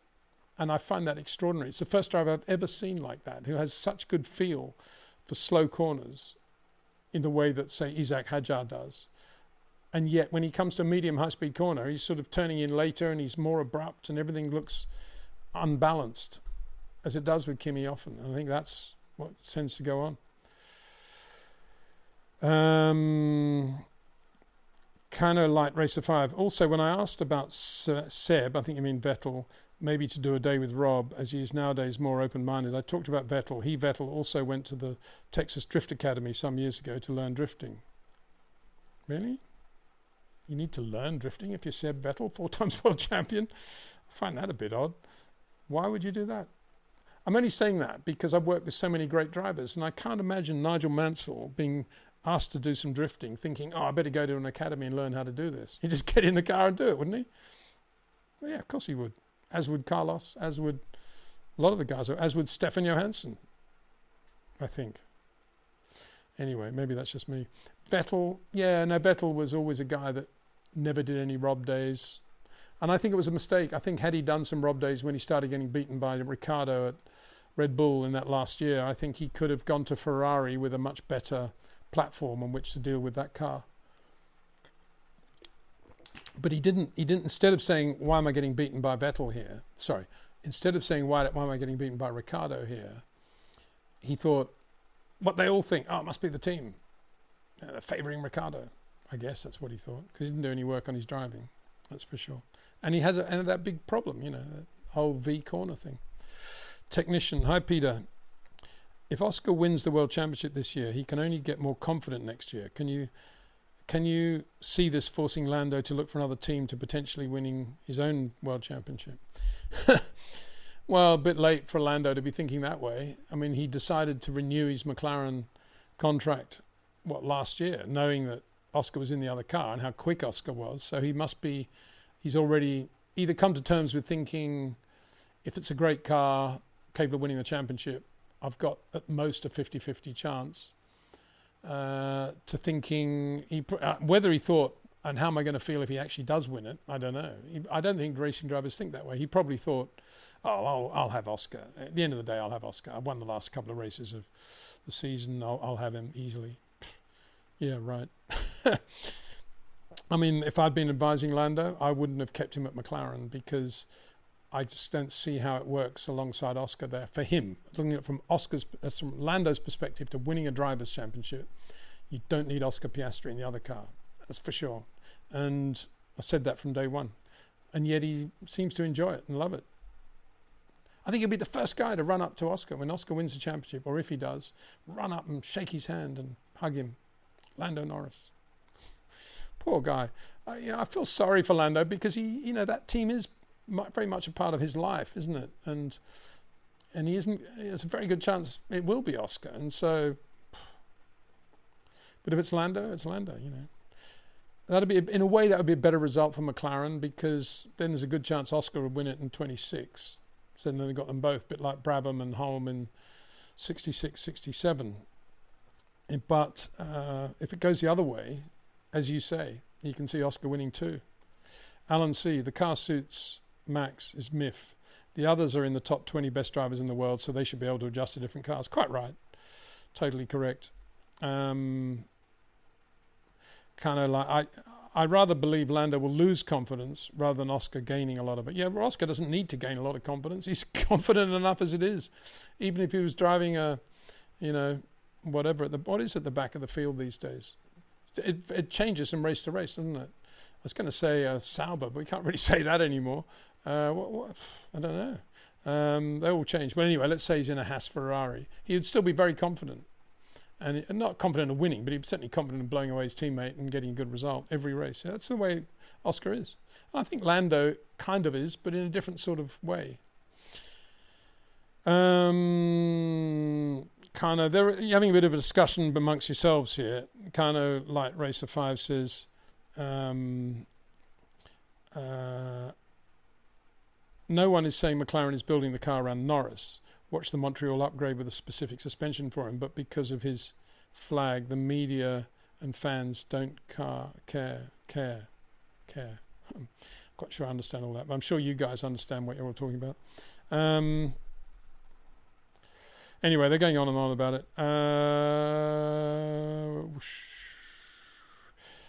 iRacing Aussie, good evening from Perth, Western Australia. Peter, g'day. Nice to have you on board. Johnny Herbert had some good peaks in Formula 1, Monza 94, 97 season, briefly at the end of 99. Did you see him live before his accident in F3000? Oh, yeah. Yeah, I saw him from Formula Ford upwards. I was quite a big Johnny Herbert fan. I remember saying to my mate Ross Cheever, who is still one of the fastest racing drivers I've ever known, fabulous racing driver, and I said when he was about to go to Japan to do F3, which he won big time, and then Super Formula, which he won big time. I said, so who should I be watching back in Europe, in England? He said, Johnny Herbert, he's good, watch Johnny. And so I did. Yeah, I've known Johnny and watched him for a long time. I was at Brands when he had that big shunt, and I've always got on with him, liked him, good bloke. good racing driver, just didn't mess around, didn't really get too involved with it all. He did. I mean, he's quite technical and quite used his brain, is very good, but he didn't go on about it. That's fine. He had a laugh, which is good. Which is what you want. So yeah, good driver. Quite oversteery, late turn in, as you'd expect. It's Carlos Sainz-y, I would say, but very good at keeping it on the island and consistent too. Very consistent. Could get into a groove and just stay there. And he says, this is iRacing, how much did Johnny change in speed pre and post Brands Hatch? I don't think that much. No, I think he not many guys could do it, but he kind of shrugged off the whole leg thing and the limp and made a joke of it and carried on. I never got the impression that it was a slower Johnny, nor actually with the Alan McNish shunt. I was at that shunt too when he had that huge shunt in 3000 at Donington. I was not far from the scene of the accident there. I was standing at the end of the straight and he came out of that quick right-hander. And I think he hit another car, he was passing it or something. The guy moved over on him and he just somersaulted and went off the track down into a road, an access road, which was a tunnel, going under the tunnel of the track.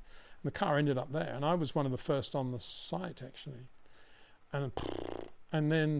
But he was super quick after that, Alan McNish. And of course he had that big one at Suzuka as well, didn't he, in the Toyota, in the race morning. And he didn't slow him down at all. They were the days, massive shunts. Yeah, okay. What's next? Volt says, thank you for getting Rob on. Amazing stuff. Thank you very much, Volts. Yeah, I was a bit discombobulated by that one saying the sound is terrible. I just said, please make allowances for it. And I've gone to a lot of trouble to put those subtitles in. So, it's a bit odd that person said, the sound's bad. What do you want? And when you say the sound's bad, you mean the sound's bad even for a 14-year-old Nokia mobile phone? Is that what you're saying?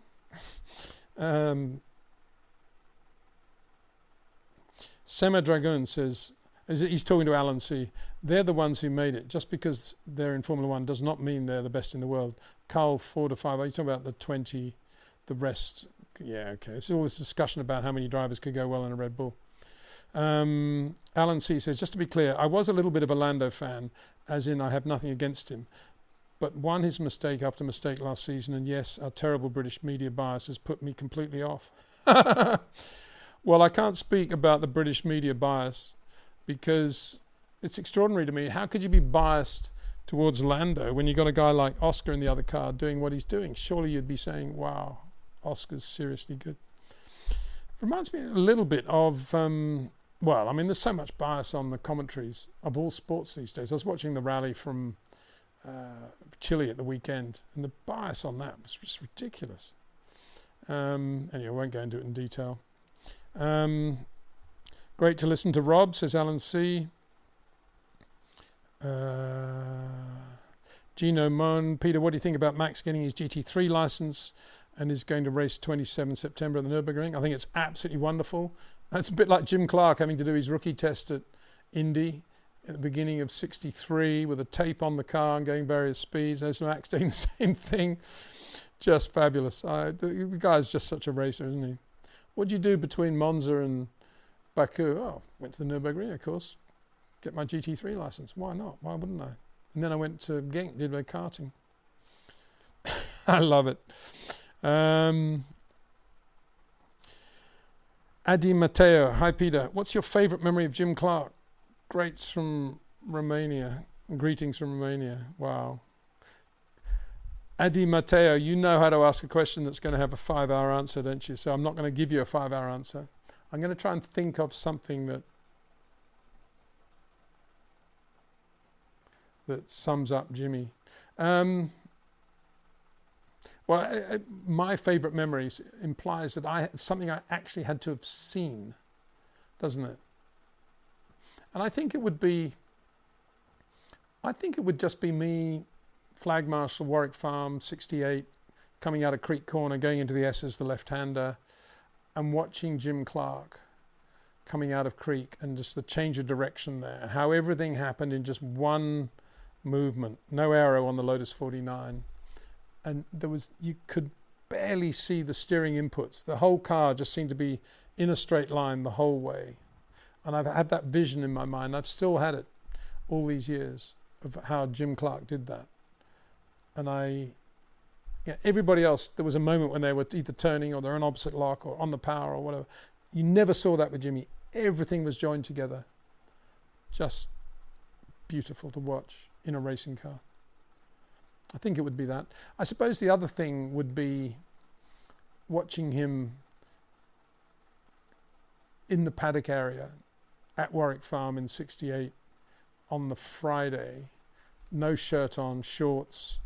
He loved to have, the sun, and loved being in Australia. And he wasn't fiddling, but he was just checking a few things on his helmet and just checking the buckle and just looking at the goggles and the tape on the goggles and the detail he was going into. These days, I would say it reminded me a lot of the way Ayrton Senna looked at the detail, but there was Jim doing that long before the days of Senna. Not that there's anything unusual in that, but it was just like, wow. Even Jim Clark checks things like the buckles on the strap of a Buco helmet. Hristo Patsev, how do you remember Michael Schumacher, Peter? What personality do you think he has from the time you spent with him? Thank you. Yeah, lovely guy. I'm not saying that with the benefit of hindsight. I'm saying it because I always got on well with Michael, and I loved the way he drove, and we had some very good conversations away from the racetrack, away from the microphones. And I like to think, and I'm pretty sure I'm right, that in the years when the British bias was trashing Michael winning world championship after world championship at Ferrari, we in America working for Speed were doing a very good job, I think, describing the way Michael was winning those races and giving a lot more depth and substance to what he was achieving than you would have got on British TV. In terms of my memories, I've told the story once before, but I'm going to tell it again. I was lucky enough to do a shoot with him once at Mugello in some sort of Ferrari, and 365 something or other, 375. It was had a bit of a rear seat. I'm not very good on modern Ferrari numbers, but a paddle shift thing, Michael driving it at the end of a test day where he'd been testing all day with the F1 car. And I was sitting next to him. We did a few laps in Mugello, and Darren Heath, the F1 Racing magazine photographer, was out on the back of the circuit. Lovely circuit, Mugello. So many nice corners. And anyway, Michael was doing his thing and totally sideways out of turn one, sideways the next one, but beautifully done. Nothing aggressive in terms of the spikiness. Everything was just perfectly balanced. And as we were going down, there's a very quick right-hand left section before the second half of the lap. As we were going into that, Michael said, we're doing about 90, I guess, miles an hour, and the back end's out, and he's going into this right-hander, and he's sliding in this Ferrari. And he says, "Where is your photographer?" And then he said, "He's over there." And he'd seen him out of his peripheral vision, and he's on opposite lock on the Ferrari. I thought, yeah, okay, that's nice. And yeah, just I would say, very natural, normal guy, but surrounded by so many people all the time. It's a bit like Lewis and Max today, so many people. You just think, can't be bothered to queue up to talk to him and all this rubbish. So, yeah, just a great guy. I saw him racing karts at Kirpen. Very good. Good attention to detail. Nice visor, bubble visor. Nice rain jacket he had. Shoes, made sure the soles were dry, and just generally very good, very good in the wet. Not all I would say about Michael, yeah, massive amounts of opposite lock when needed, but nothing was spiky. Everything was beautifully in proportion to, as Rob would say, the correct rate of input. Yeah, great guy. Nick thinks, "Hi Peter, I heard Adrian Newey said that Mansell would have won the 95 title in the Williams. Do you think this would have been possible considering how good Schumacher was that year?" Yeah, I do. I think Nigel could have won it. He could have won 3 or 4 championships actually, particularly in a Newey car. I think he would have got a lot out of that car. And he could race against Michael for sure. He could race against Ayrton. He was as good as anybody out there. So I think he could have. But again, Nigel would have needed, and I'm not sure he would have got it, the setup he had at Williams in '92, which was Frank basically saying, okay, you win, Nigel. It's your team. You are the number one driver. Riccardo Patrese in the other car. Let's go for it. And Frank immediately changed that for '93. Alan Prost, got to have Alan Prost. Admittedly, Elf and Renault were pretty much into that. And then, so for Adrian to say that, it presupposes that he's still got Riccardo or somebody, or Damon maybe in the other car, and not Alan Prost or somebody else. So a few things, Lindblad to Formula One, Kenya East. Yeah, I'm sure he looks like a Formula One driver already, doesn't he? As I said on one of the live streams, I think, or Cameron maybe, when in the green room after the Monza sprint race, he just looked like a Formula One driver. His body language, the way he was talking, and the sort of everything. Whereas dear old Leo Fornaroli was a bit klutzy and a bit sort of, I'm still a young guy. Totally refreshing, in my opinion, and that's one of the reasons he's driving so well, in my opinion, that he's not already a Formula One star, and I kind of like that. But Lindblad looks like he can definitely handle it, and he's destined for Formula One. Yeah, it seems to be the guy that Red Bull love at the moment. Gino Mon, Peter, in the current era, Formula 2 drivers get a lot of praise early season, but it seems that a lot of young drivers can't handle the pressure and start to do worse.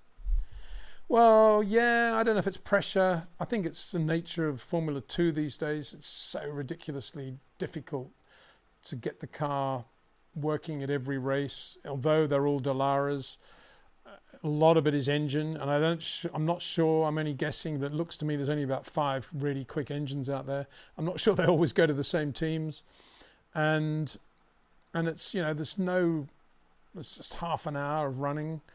So if you don't get it absolutely spot on with the engine perfect, then you're in trouble. And it only takes some stupid mechanical retirement to change the whole momentum of the team and where it's going with the car and how they're going into a race, and everything goes wrong. So yeah, it's a very, very difficult formula. I'm not a fan of Formula 2 or Formula 3, the way they're run and the way the category is run. It's not enough scope for teams to do what they need to do to the cars to make them really good.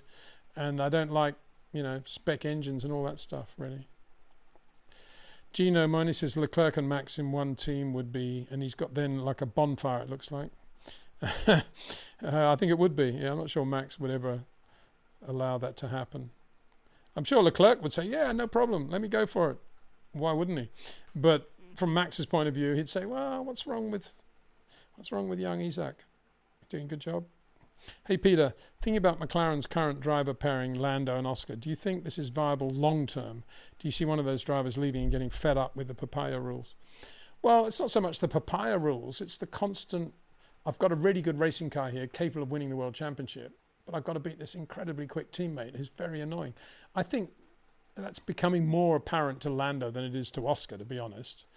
And why Lando didn't think that way 2 years ago or even last year when he renewed his contract, I have no idea. But I did say from the millisecond they signed Oscar Piastri that this was a big problem for Lando Norris.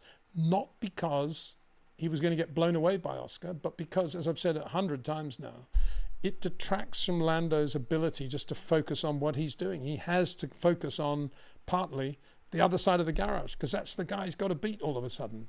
Whereas with Daniel Ricciardo on the other side, he could be a lot more Lando Norris and just get on and focus on 100% on his weekend. That's the difference.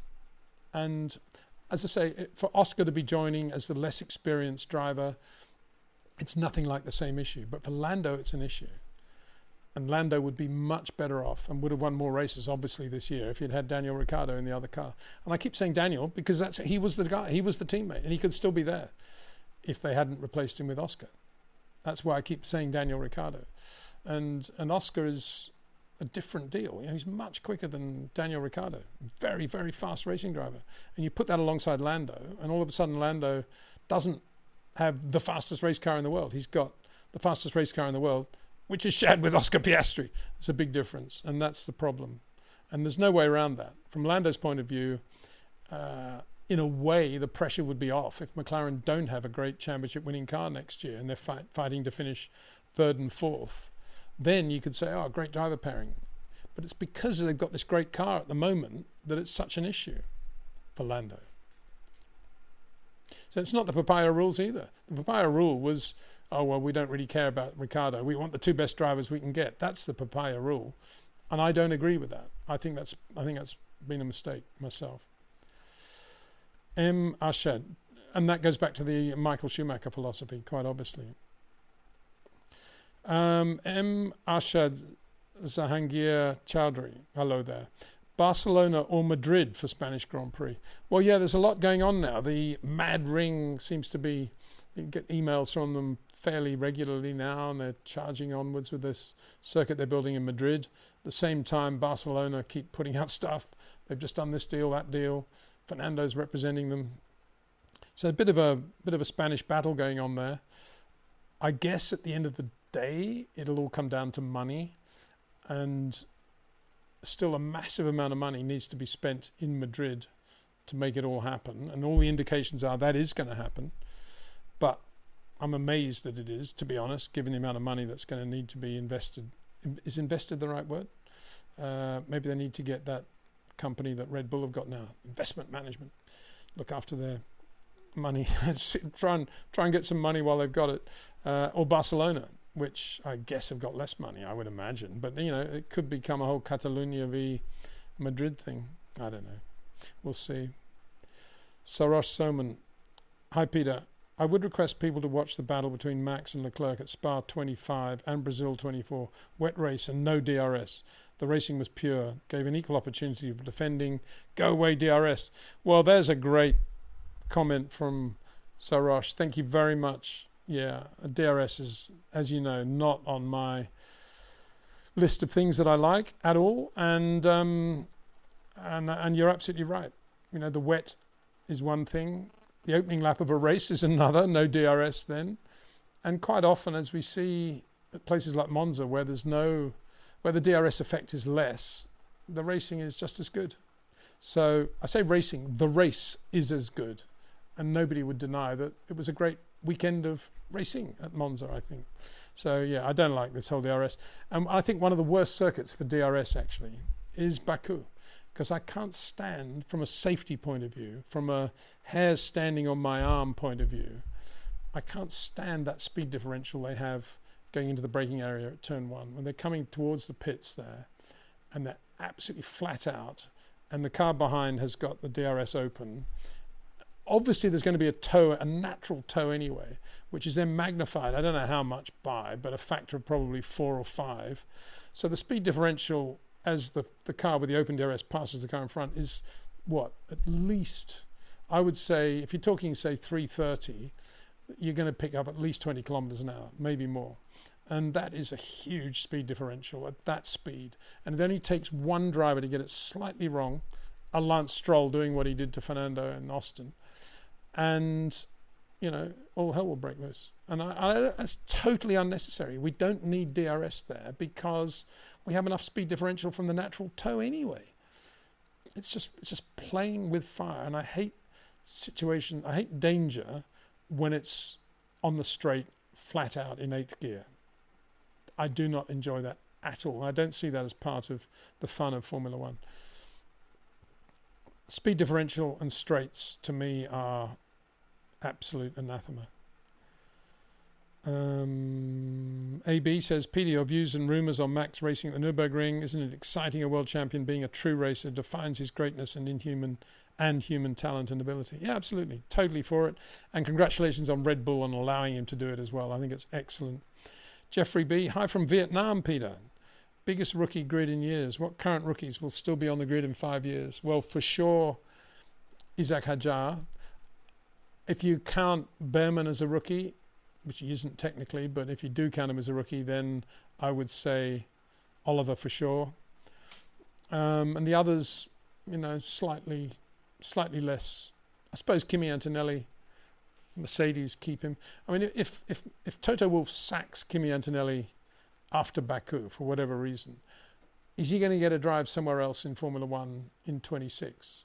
Answer no. So, you know, if he's not at Mercedes, he could be in trouble. If he's not in a Mercedes, who else would hire him? Unless he's got a big bag of gold. So, yeah, he's on the edge, I'd say. But those two, I'd say the standouts would be Behrman and Hajar.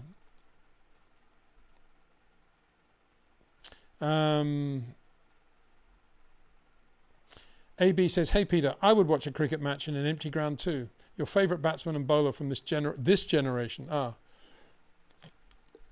was hoping you were going to say any generation. Then I would have said Norm O'Neill batsman, Richie Benaud bowler. But you're saying this generation. And so this generation, what does that mean? Am I allowed to include Steve Waugh or not? Or Michael Clarke or Ricky Ponting? Oh, they're all Australian. From this generation, well, I think Pat Cummins is pretty good, isn't he? And I wish he was in the test team still, but I think Glenn Maxwell's always a joy to watch.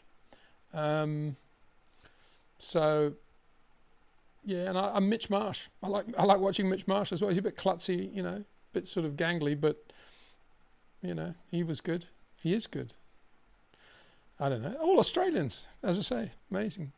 Better move on quickly from this one. Peter Mann says, hello from Denver, fellow Peter. Hey, hi there, buddy. Good. Denver, another of my favorite places.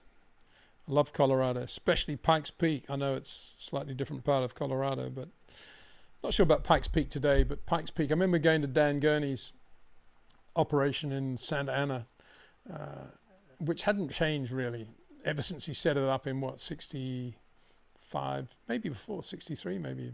Anyway, one of the pictures in his office was of Pikes Peak. It's of Bobby Unser, I think. And he's in some sort of sprinter, you know, front engine thing, mega quick, 800 horsepower probably. I'm not sure it even had a roll cage.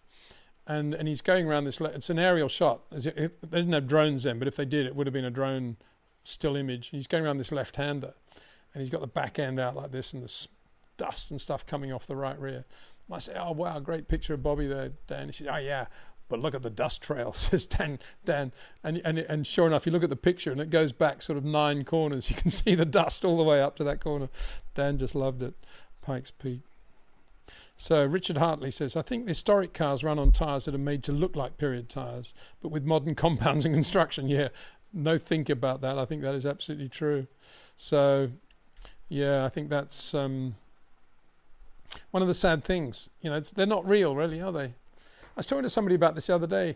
They're building up a replica of a Pete Brock designed Shelby Daytona Cobra Coupe, beautiful car, which Pete Brock basically just designed on a bit of paper, as far as I remember.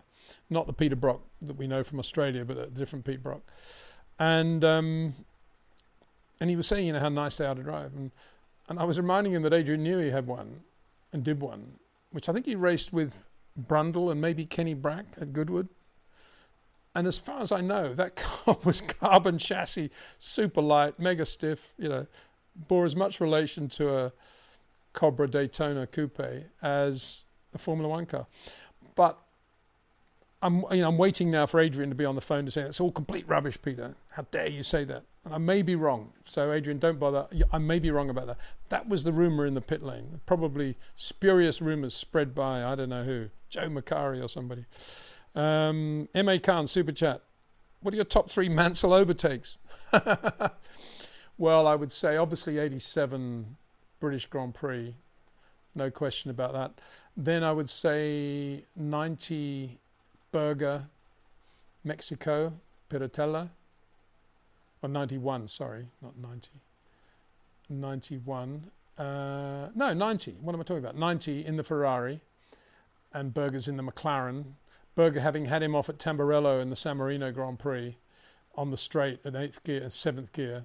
Well, how many gears did they have then? 7, I think. And then Nigel doing a 360 on the grass at Tamburello, then continuing and setting his own personal fastest lap a lap later before retiring. Anyway, he got his own back on Berger at the Paratella in Mexico that year. So they're 2 great ones. Then I would say one of his 14 overtakes in the 85 Portuguese Grand Prix in the rain when he started from the pit lane and finished 5th. you know, any of those. And I saw a couple of those going into the into turn one, and you just come past in a ball of spray, almost impossible. You could just see the sort of yellow from ICI and a bit of red from Canon, and there'd be a couple of cars around him. And then you just see Nigel's wing going off down the inside in this ball of spray and passing two cars going into turn one in this, you know, with total blindness, virtually no visibility. So it would have to be one of those, I think. I think Senna, passing Senna, Barcelona 91, under brakes into the first chicane, passing Senna on the outside of Blanchimont at Spa in the semi-wet on slicks, pretty good. So there's a few, not bad, all there. 86, you know, not bad. Very good. Nigel, so many overtakes. I'd love to say something really obscure. Formula, got to think of some Formula 3 one. I know we better move on briskly, but anyway, there's a few, more than 3 anyway. Thanks very much for that question. Appreciate it. Nemanja Angelkovic. Now Oscar versus McLaren Norris. Yep, absolutely. Brett Monk. G'day, Peter. Long time watcher and really replay and really enjoy your insights. I have a question about short corners and early versus late turn-in. Are you talking fractions or mere tenths or in between? Well, I'm actually talking more positioning rather than time, because that's a good way of measuring it. But if you look at, and I've done a few of these at various stages on Twitter and various other things, but if you looked at, say, Max and Perez, quite often you'd see them going into a medium speed left-hander, and the photographer would not move the camera, and you could measure the number of red and white stripes on the curb on the outside, and you could see exactly where the car is as they're starting to move in. And on average, Max would be turning in maybe 1.5, about a meter, maybe just over a meter earlier than Sergio Perez. Perez would be holding the straight for about a meter longer than Max. So we're talking, you know, meters. And I remember watching Mika versus Coulthard into turn one in Barcelona one year and testing. And actually DC was turning in earlier than Mika there by about the same margin. You know, he was pretty good on that area, DC. So we're talking about that sort of difference. And in terms of positioning, sometimes if you look at Max going into the Parabolica, he would have been, I don't know, I would guess probably a meter earlier than Tsunoda going into the Parabolica as well. So that's how I judge it, really, I judge it in terms of distance rather than time. And you can work out what a meter is at, you know, 250 kilometers an hour, whatever that is. I don't know. My brain's not that good. Drew Carey. Hi, Peter. Why doesn't Toto put Kimi in a Williams for 26 and take one of their drivers so he can learn as he's unhappy at Kimi at the moment? Well, I don't think Kimi would learn much at Williams, that's for a start, for sure. But I think he'd sing without trace, to be honest. But if he's unhappy with Kimi, I'd love to see, you know, Carlos Sainz in the Mercedes. It'd be a great thing. I still think Carlos has been poorly treated and should be at Ferrari now, and he's not, for all the reasons we know. But it'd be wonderful to see him in a Mercedes alongside George Russell. Be a good team. And put Kimi in a Williams. But the reason to do that would be to get Carlos Sainz in a Red Bull, not to have Kimi learn at Williams. Because, as I say, I don't think he'd learn anything at Williams. What would he learn there? He'd just find it even more difficult, I think. But it would be great to see Carlos Sainz in a Mercedes. Wouldn't that be wonderful? Brett Monk. Johnny said that he lost the feel in his feet and just had to adjust by using his vision or feel instead. Really? I'm not sure that's right. If you don't have feel in your feet at all, to the point where you're doing everything visually, no, that's not going to happen. You're going to feel brake pedal pressure in and out. You're going to feel throttle modulation. Yeah. Sema Dragoon says the sound was fine, Peter. Thank you very much, Sema. Yeah, I was a bit disconcerted that the sound. He said the sound was terrible. Well, I know the sound was not good. That's why I tried to improve things. So Where are we going? Blade Bowman. I don't remember track limits being an issue until recent years. What changed? I want the drivers to use all the track and more, not have the lap taken away by a tennis judge looking at the line. Well, what changed was that they don't want them to hit anything more and more. They want to have lots of space outside the corners if they make a mistake or something goes wrong. And because of that, drivers will always use whatever they can in terms of the road. And so you have to have a track limits thing to prevent them doing that. Now, old stagers like Rob Wilson would say, well, I've got the best way of having a track limit. You just put a brick wall there. Then they won't go over the limit. And he's right. And of course, that's what racing metaphorically used to be like. You know, no track limit issues at Spa on the old circuit, because if there is, you go off, you hit a tree. But these days, we don't want any obstacles there to hit. So therefore, this is a generalization, so therefore we need to have some way of policing the bits of track they do use. So the track limits thing has come into play. Now, a tennis judge looking at the line, it's interesting you mentioned that, because when Alex Moreno had that horrendous shunt in Monza in GP3 and went, Peroni, went over the guardrail at the outside of the parabolica and landed upside down on the guardrail, basically, all because he'd hit a sausage curb coming out of the parabolica and launched the car in the air.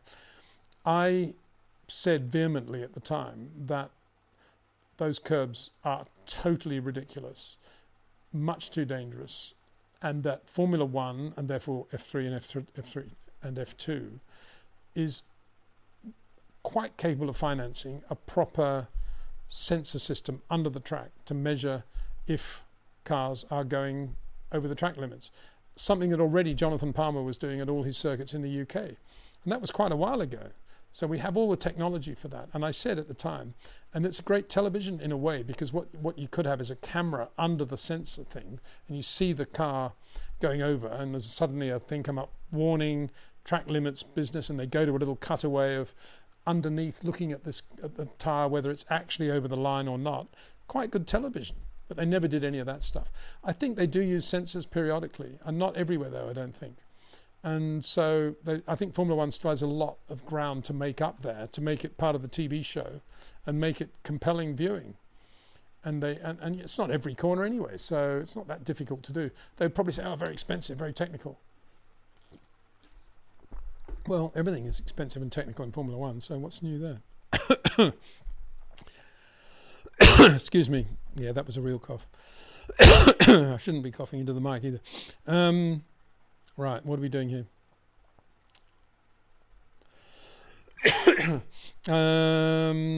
Sema Dragoon, when I drive on the road, I'm like, well, I pay registration.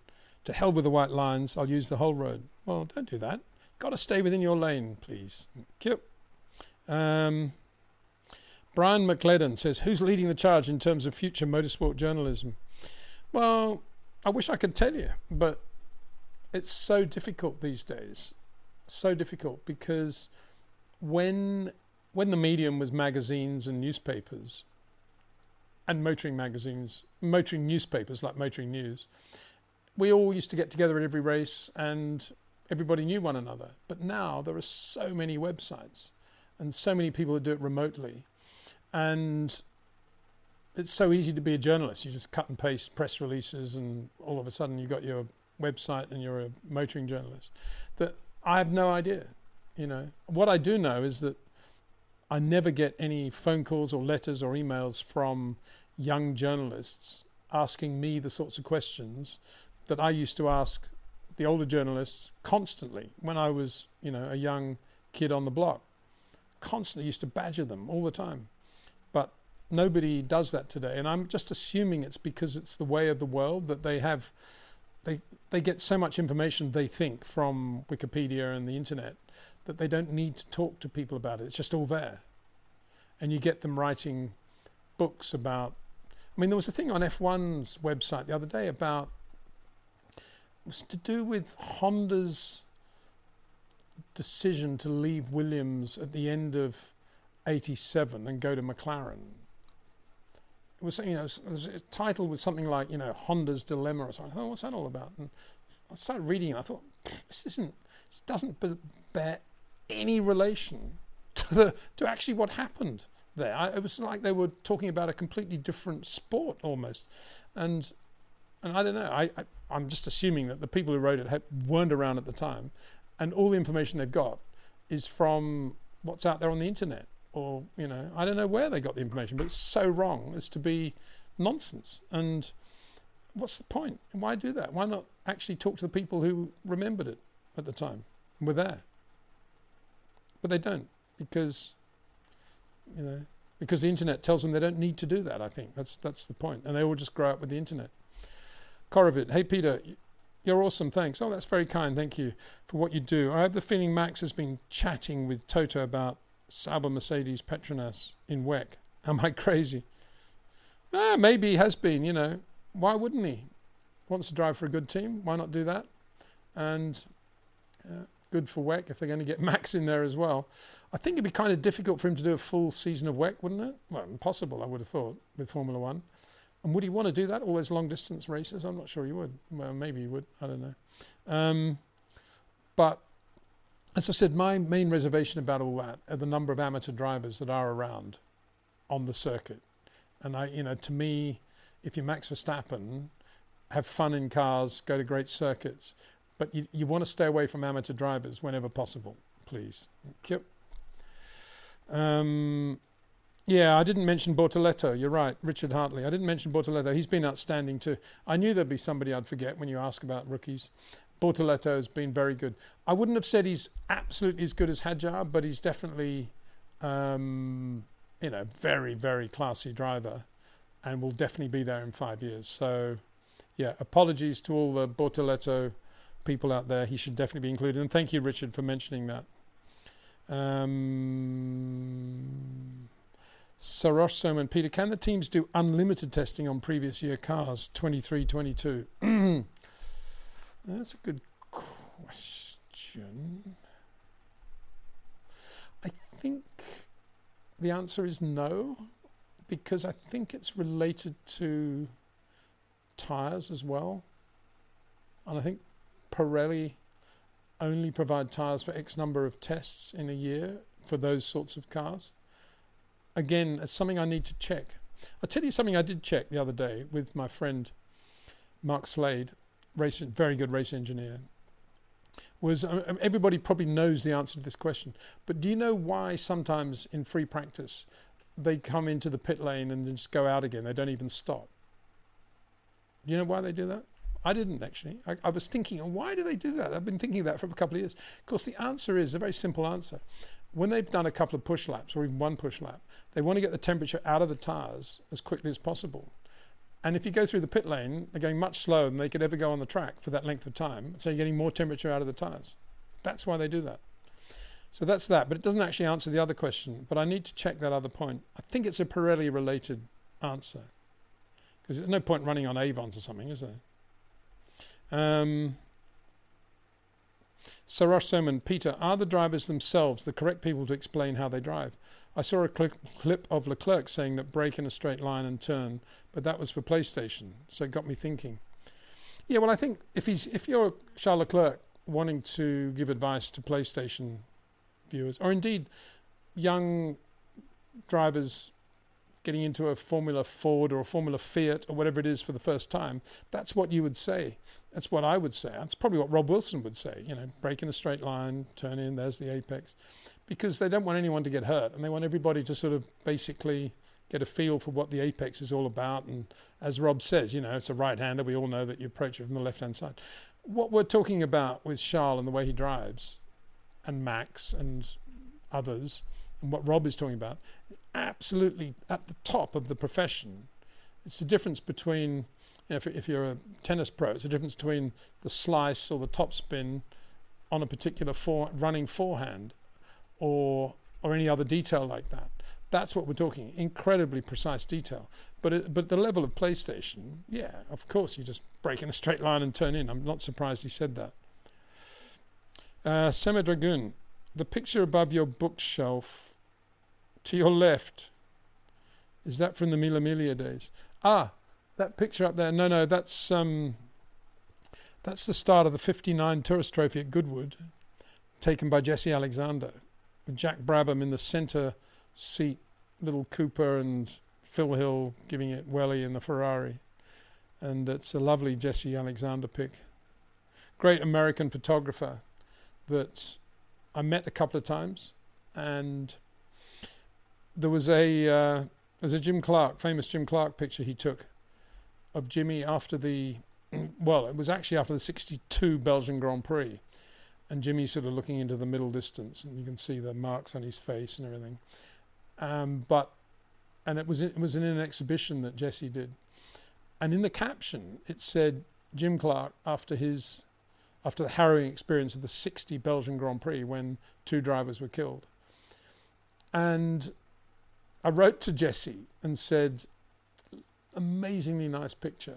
Actually, that's 62, not 60, because you can see the marks on his face that it's the panorama goggles that he only raced for the first time in 62, and not the smaller goggles that he had in 60 and 61. And to his credit, about 6 weeks later, I get this lovely rolled cardboard thing from Jesse saying, Peter, you're absolutely right. And I've still got it here, the picture, same picture of Jimmy, but he's put a line through the caption and it's got 62 on there and says, thanks so much, Jesse, or something like that. So yeah, great guy, great photographer. Love his work. So that's what that is up there. Jeffrey B. I remember years ago, most tracks had gravel traps. They were converted to asphalt runoff because fans were upset their favourite driver was out of the race. Bring back the gravel. Well, yeah, we had plenty of things before that. What about catch fencing? And, that did as much damage as it did saviour, I think. A number of drivers that sadly got hit on the head by catch fence poles.